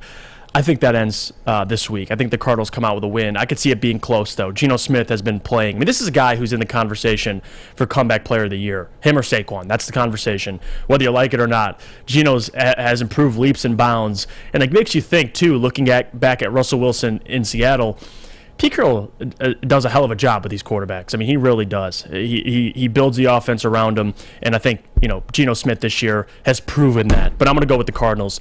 I think right now, with Hopkins back, Kyler Murray, although he struggled last week, he's playing better football. Let's see if the defense can step up. I'm going to go with the Cardinals. It's that up-down theory in the NFL. I'm with you. I think the Cardinals quiet down the Seattle Seahawks. They've been on such a hot streak. But Arizona pull it off. They're at home. Kyler Murray, since DeAndre Hopkins has come back, is a whole different player. I think offensively, they were shut down by Seattle a few weeks ago in Seattle. Arizona turned it around this week. They split the season series. Give me Arizona for the win. The Rams, Tampa Bay. Go for it. This is the game of the week for me. Two teams that are in a slump, both need wins. The Rams, with how bad their offensive line is, that's probably the matchup to look for this week. How does that Bucs defense respond after playing as bad as they've played the last two games? That's the matchup I'm going to be looking for. Can you get pressure on Matthew Stafford? We saw what happened in the postseason last year. You had Andrew Whitworth, though, and that was the difference. They were able to come back and they were able to beat the Bucs. The Bucs actually made a run late in that playoff game, but Matthew Stafford sealed it with that deep pass to, I believe, Cooper Kupp to just put an exclamation point on it. But I'm going to go with the Bucs here. They're 3-5. They need a win. So do the Rams. But to me, I just think the Bucs defensively are going to cause Stafford problems. They haven't been able to protect Stafford all year. The run game, they can't run the football. And in that instance, they're pretty predictable. So we'll see. I'm going to lean Bucs here, though. I think they need a win. And with Mike Evans now finally being back in a rhythm, you get Godwin back, getting healthier and healthier. I'm going to go with the Buccaneers here to win at home. This is a tricky game, but I'm going to go with the Rams. And the Rams haven't given me much to look forward to or like about them. But the Bucs haven't either. And I'm not sure how I feel about the Tampa Bay Buccaneers.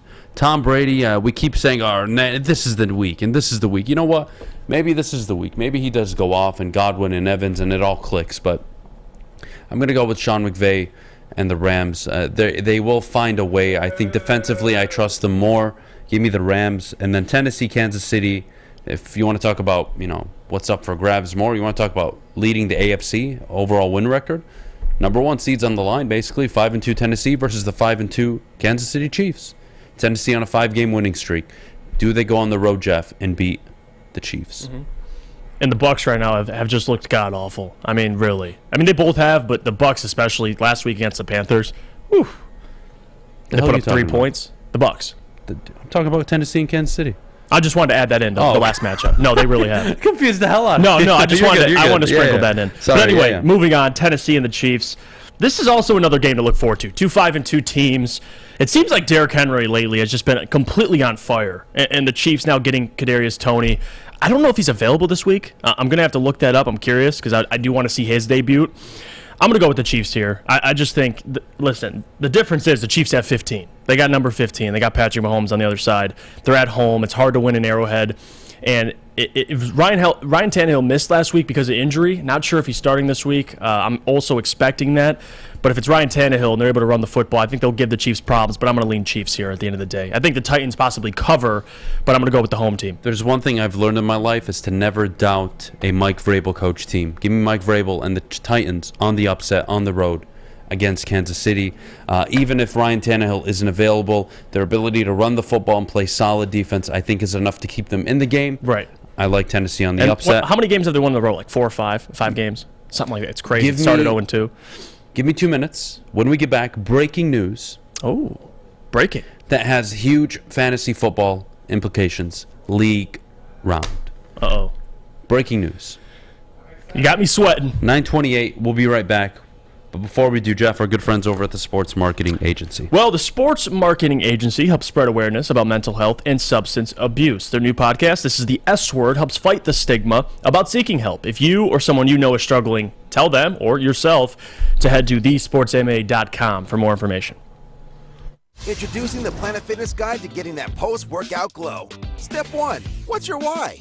More epic energy? Better sleep? Blow off steam? Step 2, join Planet Fitness for just $10 a month and get moving in our clean and spacious clubs.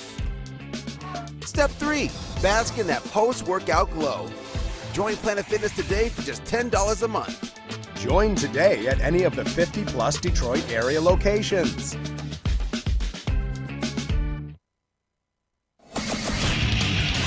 Get a shot up. This is for the win.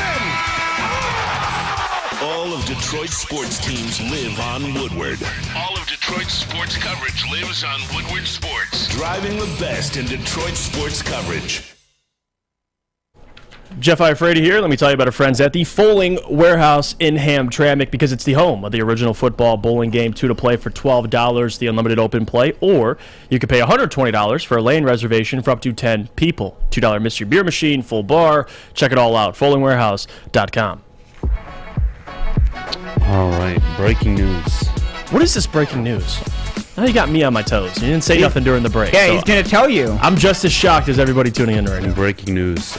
This is something I'm going to try to do regularly. Why are you smiling? I don't like this. I want to take time out of, it's a busy show. We talk a lot. Go from the NFL to the NHL. You go to the NBA. You got so much stuff, college football Baseball, to talk about. I think every once in a while it's good to kind of hone everything back in and break some local news. Oh, okay. All right. Let's shout out this weekend's fantasy football winner. Alex, whenever you're ready, you can go ahead and throw him up on the screen. Yeah. Shout out to this guy. This guy has one of the best fantasy football teams in the league.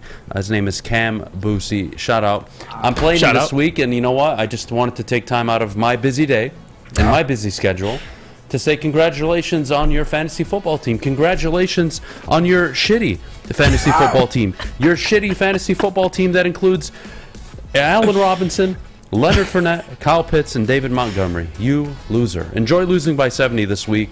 I already put up 24 points with Dallas Goedert.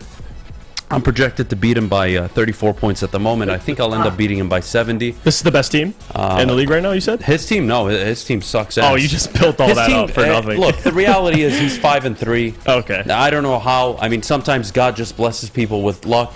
He's had luck all season. God bless him. I'm happy for him. But breaking news, local man, congratulations on your fantasy football win this weekend, buddy.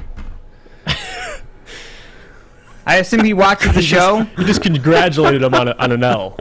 Oh, God. Does he watch the show? That's something I want to do more of. Everybody I play in my fantasy league. Put him on blast. Put him on blast. Does he watch the show? I don't think so. He's about to now. When he gets this clip. Oh, God. I texted our group chat, told them to make sure they tuned in to watch this.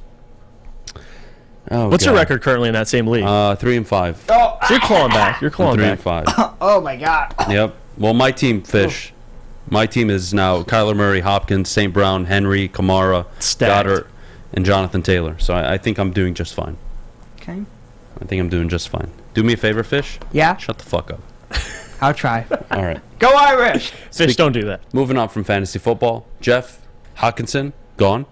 Yeah. St. Brown still the focal point. He's still the one on the offense. Swift, I'm not sure what the hell is going on. Apparently 5 carries was too much last week. Mm-hmm. How does this offense get going? I don't think they'll have as much as of an issue as maybe national media thinks, because if you're a Lions fan, you've been able to watch these games. For example, early in the season, you'd see Hawk go for 3 for 40 or 4 for 30, and the offense would still play really well. Or you'd see TJ go for, what was it? He had 150 yards in a touchdown or 2 against Seattle, if I'm not mistaken. They still lost. So as much as I appreciate TJ and have a lot of respect for TJ and the talent he has, his abilities didn't make or break this offense. Yeah, it's another weapon. It's another option, no doubt about that. But you've heard what Ben Johnson said. You've heard what Dan and Brad said. They've all kind of echoed the same thing. They feel like they can get similar production from James Mitchell and Brock Wright, which says a lot, to be honest with you. Like, yeah, I don't know if you can get that type of production, but the fact they were able to say that kind of lets me know that TJ isn't a game changer. That's the reality. It's not a guy you're going to pay top 5 tight end money to. So in that regard, I don't think this offense is going to take a significant step back. I just don't. I really don't. I don't think the offense is dependent on TJ, and I think they can still excel without him. It's going to open up plays for other guys, plenty of more mouths to feed, as they said before. You have Amon-Ra St. Brown, Josh Reynolds, Khalif Raymond, and those 2 tight ends now stepping up. So it doesn't change much for me. But moving forward, it's just one less option TJ has. But now you have more options with James Mitchell and Brock Wright. So we'll see if those guys can step up. But I don't think it's going to, take a hit to this offense, to say it quite frankly. Yeah, look, the offense somehow, some way finds ways to put up points, and then they go basically 3 consecutive halves now without scoring. Right. There is something here. Jared Goff needs to play better. In instances, he has played pretty well. But this team continues to find ways to poorly execute second-half drives, false starts, holdings, you name it, they do it, especially in the second half. You want a chance to beat Green Bay? We'll start with this. How about you score in the second half? I think that's a fair ask. I don't think I'm asking much there. Pretty fair. Don't go 4 consecutive second halves without scoring. And then the second thing I would say is Jamal Williams, Craig Reynolds. We talked about this 2 weeks ago. I still want to see more of Craig Reynolds. Jamal Williams, congratulations. 4 multi-touchdown games this year. Wow, I don't care. He can be a red zone back. That's fine. But you need more. And you saw Craig Reynolds last year give you $120, I believe, against Arizona. And I want to say damn near 100 against Denver as well. So give me a back that I can rely on, consistently hand the ball off to, take advantage of the offensive line, and then see what you're going to do, because the reality is Josh Reynolds, what's his status for Sunday? Amon-Ra St. Brown, likely the only legitimate receiving option that's a threat. The Lions are going to have to be creative on Sunday, Jeff. Yeah, they do. And to kind of go back to that point, you were saying earlier, too, with TJ, I do want to say, looking at these stats, too, it's crazy. Like, the opener against Philly, 4 for 38. He had 4 receptions, 38 yards. You lost 38-35. The following game against Washington, you won 36-27. TJ had 3 catches for 26 yards. You followed it up. You lose on the road at Minnesota. It was a good game. You were leading with a minute left. TJ had 3 catches for 18 yards. The next week at Seattle, he had a lot of injuries that week. Pretty much the entire offense, you're dependent on TJ. He stepped up, to his credit. 12 targets. He caught 8 of them for 179 and 2 touchdowns. Still lost. So, to your point, it's about the others for me. It's about, what does Amon-Ra St. Brown look like now with more targets? He's going to get more targets. Josh Reynolds, those guys. And I'm really excited to see James Mitchell. Like, this is a guy who, coming out of the draft, had that knee injury. I believe he was he's coming out of Virginia or Virginia Tech. I can't remember off the top of my head. You took him late in the draft. I'm going to be watching him moving forward, because you saw him have 1 catch against Miami. It was the only time he's been utilized this season. And you never know, maybe they were doing that ahead of the trade deadline. Now I'm curious to really see. But that's the guy I'm watching moving forward, is Brock Wright and James Mitchell. I think those guys can step up, but I'm curious how much of that void they can fill, because I don't think it's much, to be honest with you, for TJ. I love it. It's not like he was putting up consecutive 100-yard games. Yes, just making an appearance in the Woodward Sports Chat. Nolan Johnson. Nolan, congratulations, buddy. He's the one who won the tickets earlier for his Dan Campbell impersonation. See him at the bottom screen? I do. Congrats, buddy. Look, let's do some fantasy football to wrap up. Who are you playing this week in the Woodward Sports Sam League? Flannel. Maybe that's why I wore the flannel today. Oh. Wearing the flannel. Intimidation Playing factor? the Patrick Mahomes lover. I almost wore black today for Sam's What's your funeral. record in the league right now? I believe I'm 6-2. Yes. All right, so it's you and me at the top of our divisions. I'm 7-1. Shut the hell up, Fish. Yep, 6-2. Yep, you're 6-2, top of your division. I'll beat Sean this week, so you don't have to worry about that. How is Sean 5-3? Good question. He forgets to start guys every week. Yeah, I'm not sure how that works. Love Sean. Ryan Lentz and Braylon Edwards absolutely suck. Braylon's 2-6. I think he wants to sell his team, and Lentz, he keeps offering me bad trades. Yeah, he's desperate. Poor guy drafted everybody that got hurt this year. Poor guy, can't catch a break. I'm 6-2. In my other league, I'm 4-4. The other league, I have a Nice. better team too, which is odd. But you know what's the funny part? My team, I haven't made any waiver wire pickups. I haven't traded anybody because I just haven't had to. Yeah. Josh Allen, Antonio Gibson, Eno Benjamin, that was nice. He was the handcuff Good to pickup. Connor. And then Justin Jefferson, Waddle, Kelsey. Good luck stopping that. And then I have Josh Palmer starting this week, actually, with no Keenan Allen or Mike Williams. So, again, I'm definitely going to win this week again. I'll go to 8-1, and, poor Sean, he's going to get his ass kicked this week. He just is. Sorry, Sean. I got to beat Sam Flannel, man. That's the key for me. I don't know what the projections are. You're projected 119. He's projected 110. Oh, Patrick Mahomes in the first round. He's got Patrick Mahomes. Aaron Jones is going for 40 against Detroit, so you're probably going to lose this week. No. T.J. Hockenson, interesting. I don't know. I don't like Flannel Sam's team. But the thing is, though, I'm projected more than him, and I have Chubb, McCaffrey, and Cooper on a bye. No shit. Wow. So I have Chubb and McCaffrey. You can out. afford to lose this week. You'll be fine, buddy. Yeah, I'll be fine. You'll be fine. Give everybody in the chat your must start this weekend. Fantasy football. Ooh, my must start this weekend. I'm going to be honest with you. I think you just already hit on him. And I'm being selfish. Aaron Jones. Yeah. Listen, one thing that's been proven to me, looking at Aaron Jones so far and how he's been utilized in this Green Bay offense, he's a big part of it. And Lazard hasn't been 100% healthy. I think Dobbs is kind of a sleeper, too. I think Dobbs can have a big game this week. But Aaron Jones this week, I think, is going to have a huge game. And that's the guy to start. I saw his projection, just to give you an example. I think last week it was like 12 or 11. He's 18 this week. So Aaron Jones is the guy. If you have him, it's going to be a big part of your win. Enough to have bid or picked up Deion Jackson in recent weeks. That's a sleeper. Jonathan Taylor likely will not play. The last time Deion Jackson started a full game, he put up 28 points. So for all of my fellow Deion Jackson fantasy owners sitting on your bench, if you can afford him at the flex or you need an RB2 spot, Deion Jackson, even against New England, I think is a great play. Also somebody I think you have to look forward to is Allen Lazard. He did practice yesterday. He'll be a full go on Sunday.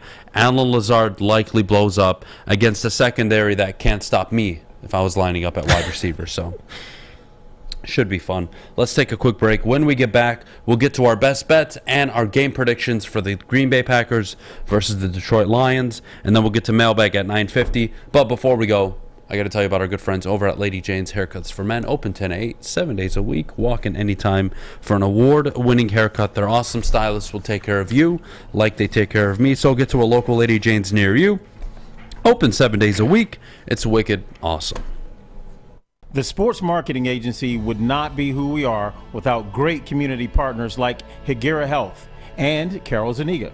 It's an awesome opportunity to partner with your organization. Higuera Health is a comprehensive behavioral health organization. We serve children through older adults with mental health, substance use, and developmental disabilities across Western Wayne counties, and really excited to now be in downriver communities as well. Give us a call at 734-458-4601. You don't have to go to the beach, man. You don't have to get your butt crack full of sand. You just need a little chili peppers, man, to get that glowing beach chili peppers tan. Woo! With 26 locations in the Metro Detroit area and more coming, Chili Peppers Tanning is where you'll find the cleanest salons in the D. Join the Pepper Club for the best deals on unlimited tanning. Head to chilipepperstanning.com. You just need a little chili peppers, man. The only sports network in Detroit that starts with a W. You know, because we win. Woodward Sports, Detroit's winning sports network. With over 23 years of experience, whether you're looking to buy, sell, or invest, Michael Phillips has your priority as his top priority. Again, in the game for over 23 years makes Michael the number one option for anybody. If you have real estate needs, call 313-403-0011. That's 313-403-0011. Let Michael Phillips help you. I think Alice Westfall is one of the best human beings ever. I think you're He a makes the dumbass. show great. So, take that for what it's worth. Okay. I'm fine with that. I get it every day, so I'm used to it by now.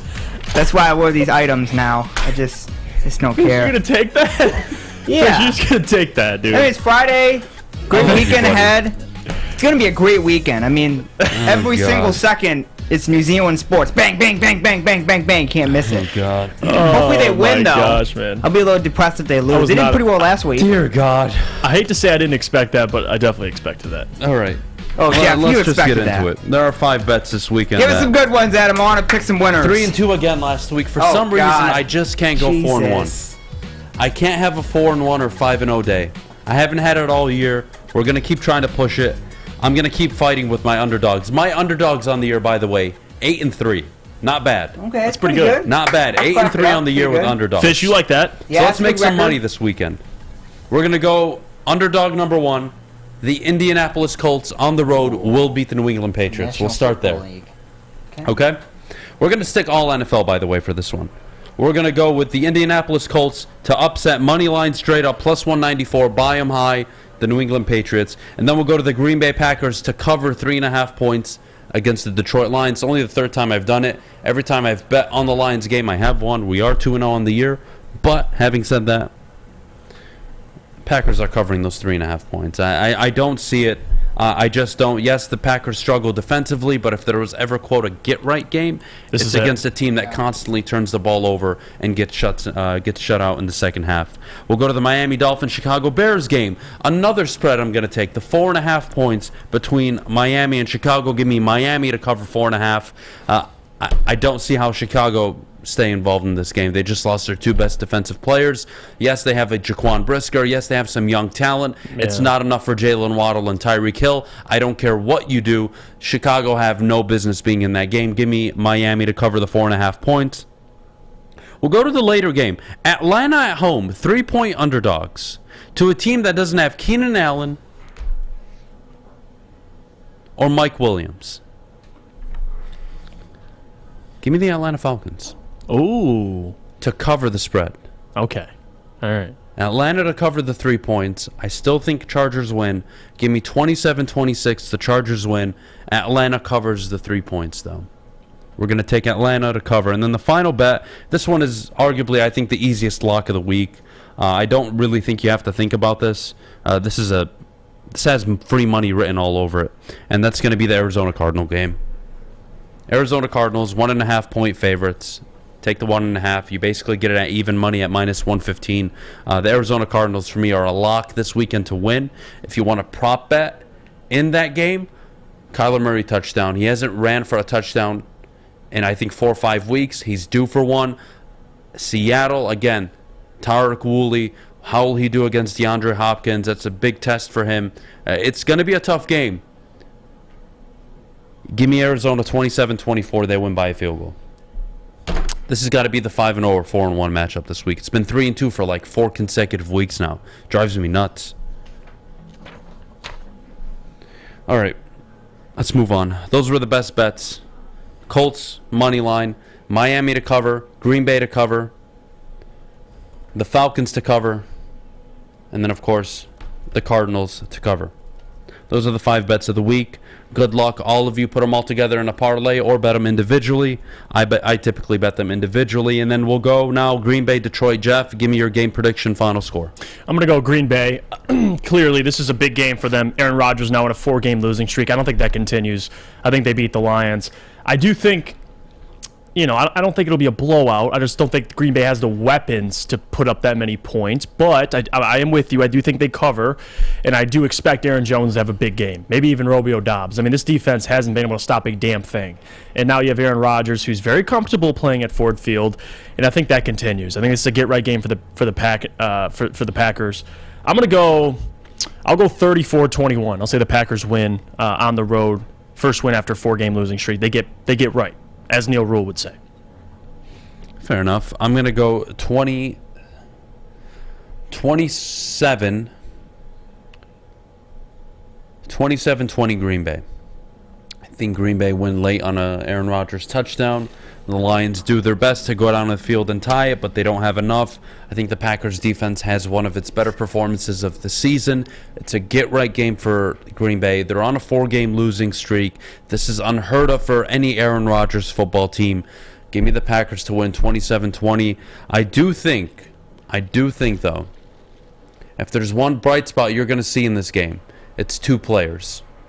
Aiden Hutchinson, Kirby Joseph. Those are the 2 I'm watching for. Yep, I think they're both going to have excellent games. You guys need to understand something about last week. Tua releases the ball within 2.45 seconds on average.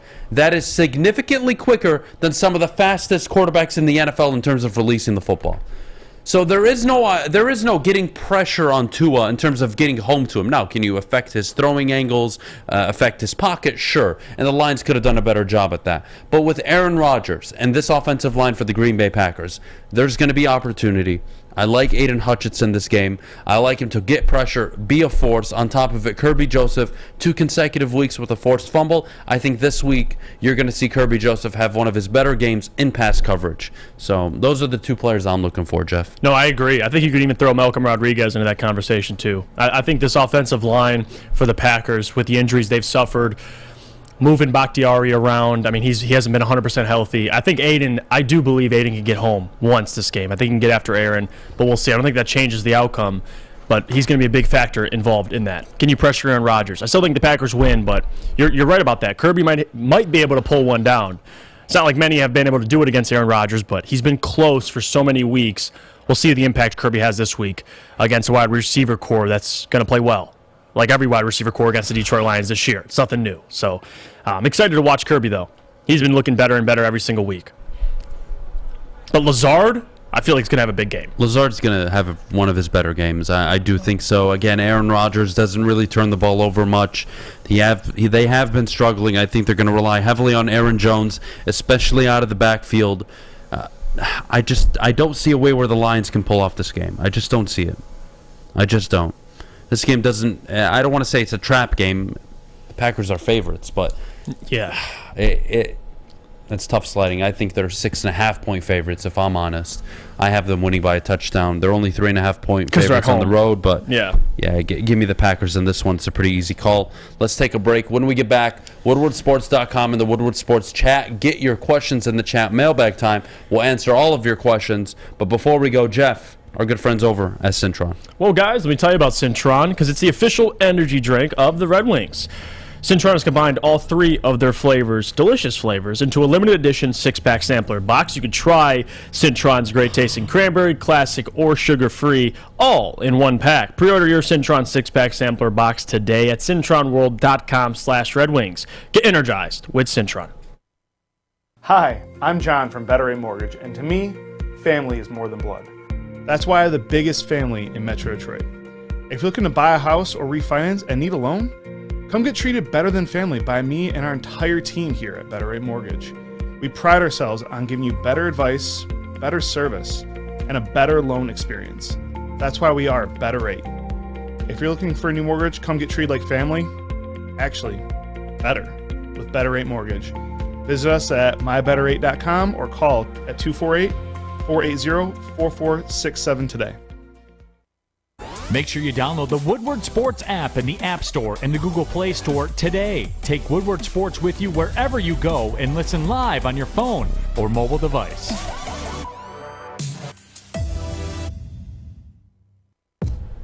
All right, we are live back here on the Morning Woodward Show over at woodwardsports.com. Thank you to everybody watching this morning. Let's get your questions answered in the chat. Did you guys see my full video? Yes, we did, Nolan. We actually played it back on the show. Well done, buddy. Congratulations. Great. Good job, Nolan. Nick and the team on social media will be reaching out soon. Hey, by the way, Nolan, 2 things. You look like Ben Johnson. And number 2, your TV's massive. So I love the stuff. It was great. Everything from the outfit to the scenery. You killed it, my man. All right, Nick did a great asks, job. Adam and Jeff, do you think we should draft a quarterback knowing Dan Campbell is probably not going to keep his job after this year or the year after? Wouldn't waiting for the next coach, hopefully young offensive mind, to choose. I'm not a guy that's going to base my draft selection off the future of my head coach. I'm taking the best player. Yeah, I'm with you. If you think Bryce Young's the best player, you take Bryce Young. You shouldn't have to worry. It's sad that you have to be actually concerned with your head coach, but that's not how I'm basing it off of. I'm not passing over the best quarterback, or at least the best player if you think he is, because of your head coach. Although I agree with you to a certain extent, I'm not at that point yet. Rod Coddington asks, start Mahomes or Rodgers? I'm starting Rodgers this week. I think he's due for 2-3 touchdowns. Allen Lazard, Dobbs, it's just all going to be clicking, especially with Aaron Jones out of the backfield. I would start Aaron Rodgers this week over Patrick Mahomes. You know what? Tennessee, Georgia. Tennessee on the road. Give me a scoreline, Jeff. This one's tough. Tennessee, I read a stat somewhere that Tennessee is one of the best teams in college football in the first quarter. They average like 12, 13 points in the first quarter. Then you have Georgia, who's the second scoring defense in the country right now. So it's at Georgia. I'm going to go Georgia here. I don't think Tennessee beats both Alabama and Georgia. I do think they play Georgia close, but I'm going to go Georgia wins by a field goal. I'll go 4 points. I'll say 20, or actually I'll go 3. 27-30. Georgia wins. I'll say it'll be close, but I'm going to lean Georgia in this way. This one hurts because I want Tennessee to win so badly. Booner just dropped in the chat, Tennessee money line plus 225. That's enticing. Really is enticing. Tennessee, fuck it. I don't want Georgia to win. Tennessee wins 45-34. I think they absolutely light up the Georgia defense. I'm probably going to be totally wrong on this, by the way, so do not take my advice for this game on the bet. Yeah, don't take it. But I don't want to see Georgia win. Tennessee all the way. Fuck Bama. Fuck Georgia. Wow. I want to see Tennessee in the college football playoff. I want them to run the table. That way I don't have to see 2 SEC teams in there. All right? As a fan, you want to see Tennessee win, and on top of that, if they beat Georgia, Adam, I'll say it right now, you better put that Heisman Trophy in Hendon Hooker's mailbox. 100%. If he He'll wins, have the 2 biggest wins in college football this season. No question. And one of the best seasons this season out of all the quarterbacks. So it's his to lose. Go Noah says, are you guys upset that the Lions didn't make a trade at the deadline, meaning they didn't acquire anybody? No, Jeff? no, they're selling. They're in sell mode. They're sellers because their coach sucks. He's a turd. He has no idea what he's doing. And if your coach had half a brain, your football team would probably be 3-4 at the moment. But he doesn't have half a brain. He's a turd. He doesn't know what he's doing. And you're 1-6. Everybody knows it. They can all see it. They don't want to fire him midseason, so they're going to keep him. They're probably going to keep him into next year because Sheila doesn't want to admit she's wrong. So I'm not going to do this cycle right now. It's just going to piss me off. And it's already almost 10 in the morning. I'm really not trying to be upset. It's Friday. My wife actually likes me today. We had some good news yesterday. So, I'm not trying to, be an ass. I know I have a bad temper. All right? I know I'm a dick. All right. Yeah, I have a lot of lot. problems. I'm Yeah, not saying a I'm lot of perfect. them. All right, but I'll at least admit them. I'm a little fucked up. All right. Moving on. Do you get Tommy- therapy or help or anything? Tommy K asked, "Do the Pistons win tonight?" good Well, talk. they face the 6-1 Cleveland Cavaliers. So Oh, yeah. Oh, hey. they are at home. Go Cavs. They are at home, which Mhm. those are where their 2 wins come from. I think it'll be close, but I'm gonna go the Cavaliers, man. They just got Darius Garland back. And talk about a team in the East to be. Don't sleep on. It's the Cleveland Cavaliers. I'll tell you that. By the way, speaking of Detroit teams, Motor City Cruise play tonight. They do. Cleveland Charge. Debut. At Fish, Cleveland. is there anything you don't know about random shit? Anything I don't know about random shit? I don't know. It's a Detroit team, though. Isn't that good? It's the Pistons G League team. You Yep. should know stuff. Some It of is. the players Led by go DJ up. Baker. They got some good guys down They there. got some good- Some I don't know any of the interesting players, little though. prospects down there. Ryan Terrell. Do you know any of the players? Yeah. On the I guess you could say I'm a part of that media, so Okay. I get a lot of the emails. I know the roster and everything like that. Okay, but- well, I got the roster for the Cruise yesterday. Yeah. There was like one person from last year. Yeah. It's They like, got Buddy it's like the Boeheim Lions, down there too. total rebuild. I saw him on there too. I like this. Excited to watch him play. We'll see what they can do, Fish. Hope so. This question, I just missed it, but it was funny. No, Why I are you can't looking like find that, it. Would you be willing to trade your other first-round pick as well as both of your seconds if it meant you had 2 top 5 picks and a chance at Anderson and either Young or Stroud? Abso-fucking-lutely, Max. Wow. Absolutely. I think it would cost more than two twos, though. Yeah. I think it would require a 1, a 2, and a 1, Another and maybe one. a 4 or a 3, honestly. Yeah, it's gonna be a big one. You're going to have to pay to move up that much. Goat Noah, he says, Jeff Duck in that 1v1. Listen, Jeff, you suck at basketball. When I mean, we let's do, be we honest. got Just because you're white doesn't mean wow. you can shoot the basketball, all right? Let's, That doesn't- eliminate does that stereotypes correlate? here. Listen, Haven't we seen once Jeff we do play? an Isn't he event, once we do slightly another decent? event, whether we're at Bedrock or Detroit. we finally do what we've been trying to do for months, which is Basketball. go to the Academy of Warren and do a yep. basketball tournament, do a basketball Mr. game. Kearney. We'll get all the viewers down there. I can't wait. All right. I want a what will company happen to league the basketball game. loser of the Woodward Sports Fantasy League? We're probably going to make them walk around gonna the be me. office That's for the good. entire week in their underwear only. Oh my god! wow. No, and you're they're not. gonna have a you're not. thick Sharpie marker that you're says not. "I am bad at fantasy football." And I hope Braylon's team continues to lose No, you're not. because he's tied for last place right now. Yeah. And I would love to see Braylon go the whole week. Look at Ryan in the chat says not happening. Well, Ryan's saying that. Ryan, Yeah, I was shut gonna the hell say, up and how not- about you actually win some games, all right? And stop offering me stupid trades. Jonathan Taylor for He's Justin had the Jefferson. worst luck this year, man. Look, I don't care about your luck, all right, Ryan? What are we doing here? I don't think It's not a cupcake I don't think you operation. care about anyone. All right, let's wrap up the show. Okay. Last question. Is Adam standing? No, I'm not. Human Resources on line 1. Fuck off. I'm Human Resources. No, you're not. Wasn't Darren McCarty You are the not. HR No, person that's for a just little while? That's just whatever. Oh, thanks JT for answering my Waddle question. wasn't Really Jefferson. appreciate it. Okay. Never mind. That's not bad of a trade. Too bad JT's hurt. And I don't have his handcuffs, so I'm not going to do that trade. Having said that, Adam, are you actually that short? I am. I'm only 5'4", guys. I don't know if you guys realize. No, he's not. I'm only 5'4". He's not so. 5'4". That's why he's always so angry. He's just so small. Sam asks, Adam, are we related? I don't know. You We should got look the it same up. last name, though. Ancestry.com. I don't know. You never 23andMe. know, man. You never know. Probably like fifth cousins. By Who the way, knows? do any of you guys want to do the 23andMe or the Ancestry.com? Or any of you Shut the hell interested up. in that? Shut the hell up and mute your Iafrate, mic. you interested in That's that? it for today's show. You all have a great rest of your day. Jeff! Jeff is 5'6". I need to I'm not stand up, dude. I 5'6". can't do this anymore. Anyways, Why are we the smallest show on the network? No, we're not. yeah, I'm Little 5'4". DMG. No. He's 5'2". Why'd you have to think? No, okay. I'm 3'2". Somehow I got shorter. I went from 5'6" to 5'2", but Well, yeah. nonetheless. Yeah, yeah. I'm 3'2". Fish, shut the hell up. Again, yeah, I don't think you get how this works. Hey, by the way, Steve-O, baby in the chat. It's his birthday Yes, today. happy birthday. Steve-O. Happy birthday, Appreciate you buddy. tuning in. He's Appreciate in the it. chat every day. You guys all have a great Big rest time. of your day. Enjoy your weekend. Oh, what a Michigan weekend. fans, enjoy the ass kicking you're probably going to give to Rutgers. Michigan State fans, I don't want to talk right now. Team's not good. Should be a fun weekend, though. Ohio State, a lot of good action this weekend. Clemson, Notre Dame, Yeah, a lot of big good game. football. Tennessee, Georgia. And then you get to the NFL on Sunday. It's going to be a jam-packed weekend. Can't wait. It'll be covered tomorrow, too. College football show Saturday. Yep, Tune yes. in. 10 Sunday Yep. Lions a.m.? pregame. 10 a.m., right? Correct? Yep. Tomorrow? 10 to 11 a.m. tomorrow Yep. for college We'll football. be there. 11 to Lions 1 pregame, yeah. on Sunday for the Lions pregame show. Y'all have a good weekend. We'll see you over the weekend. Enjoy Big D Energy. I'm going to be there from 11 to 1. I forgot about that, so I have to do that show. And then, fuck it.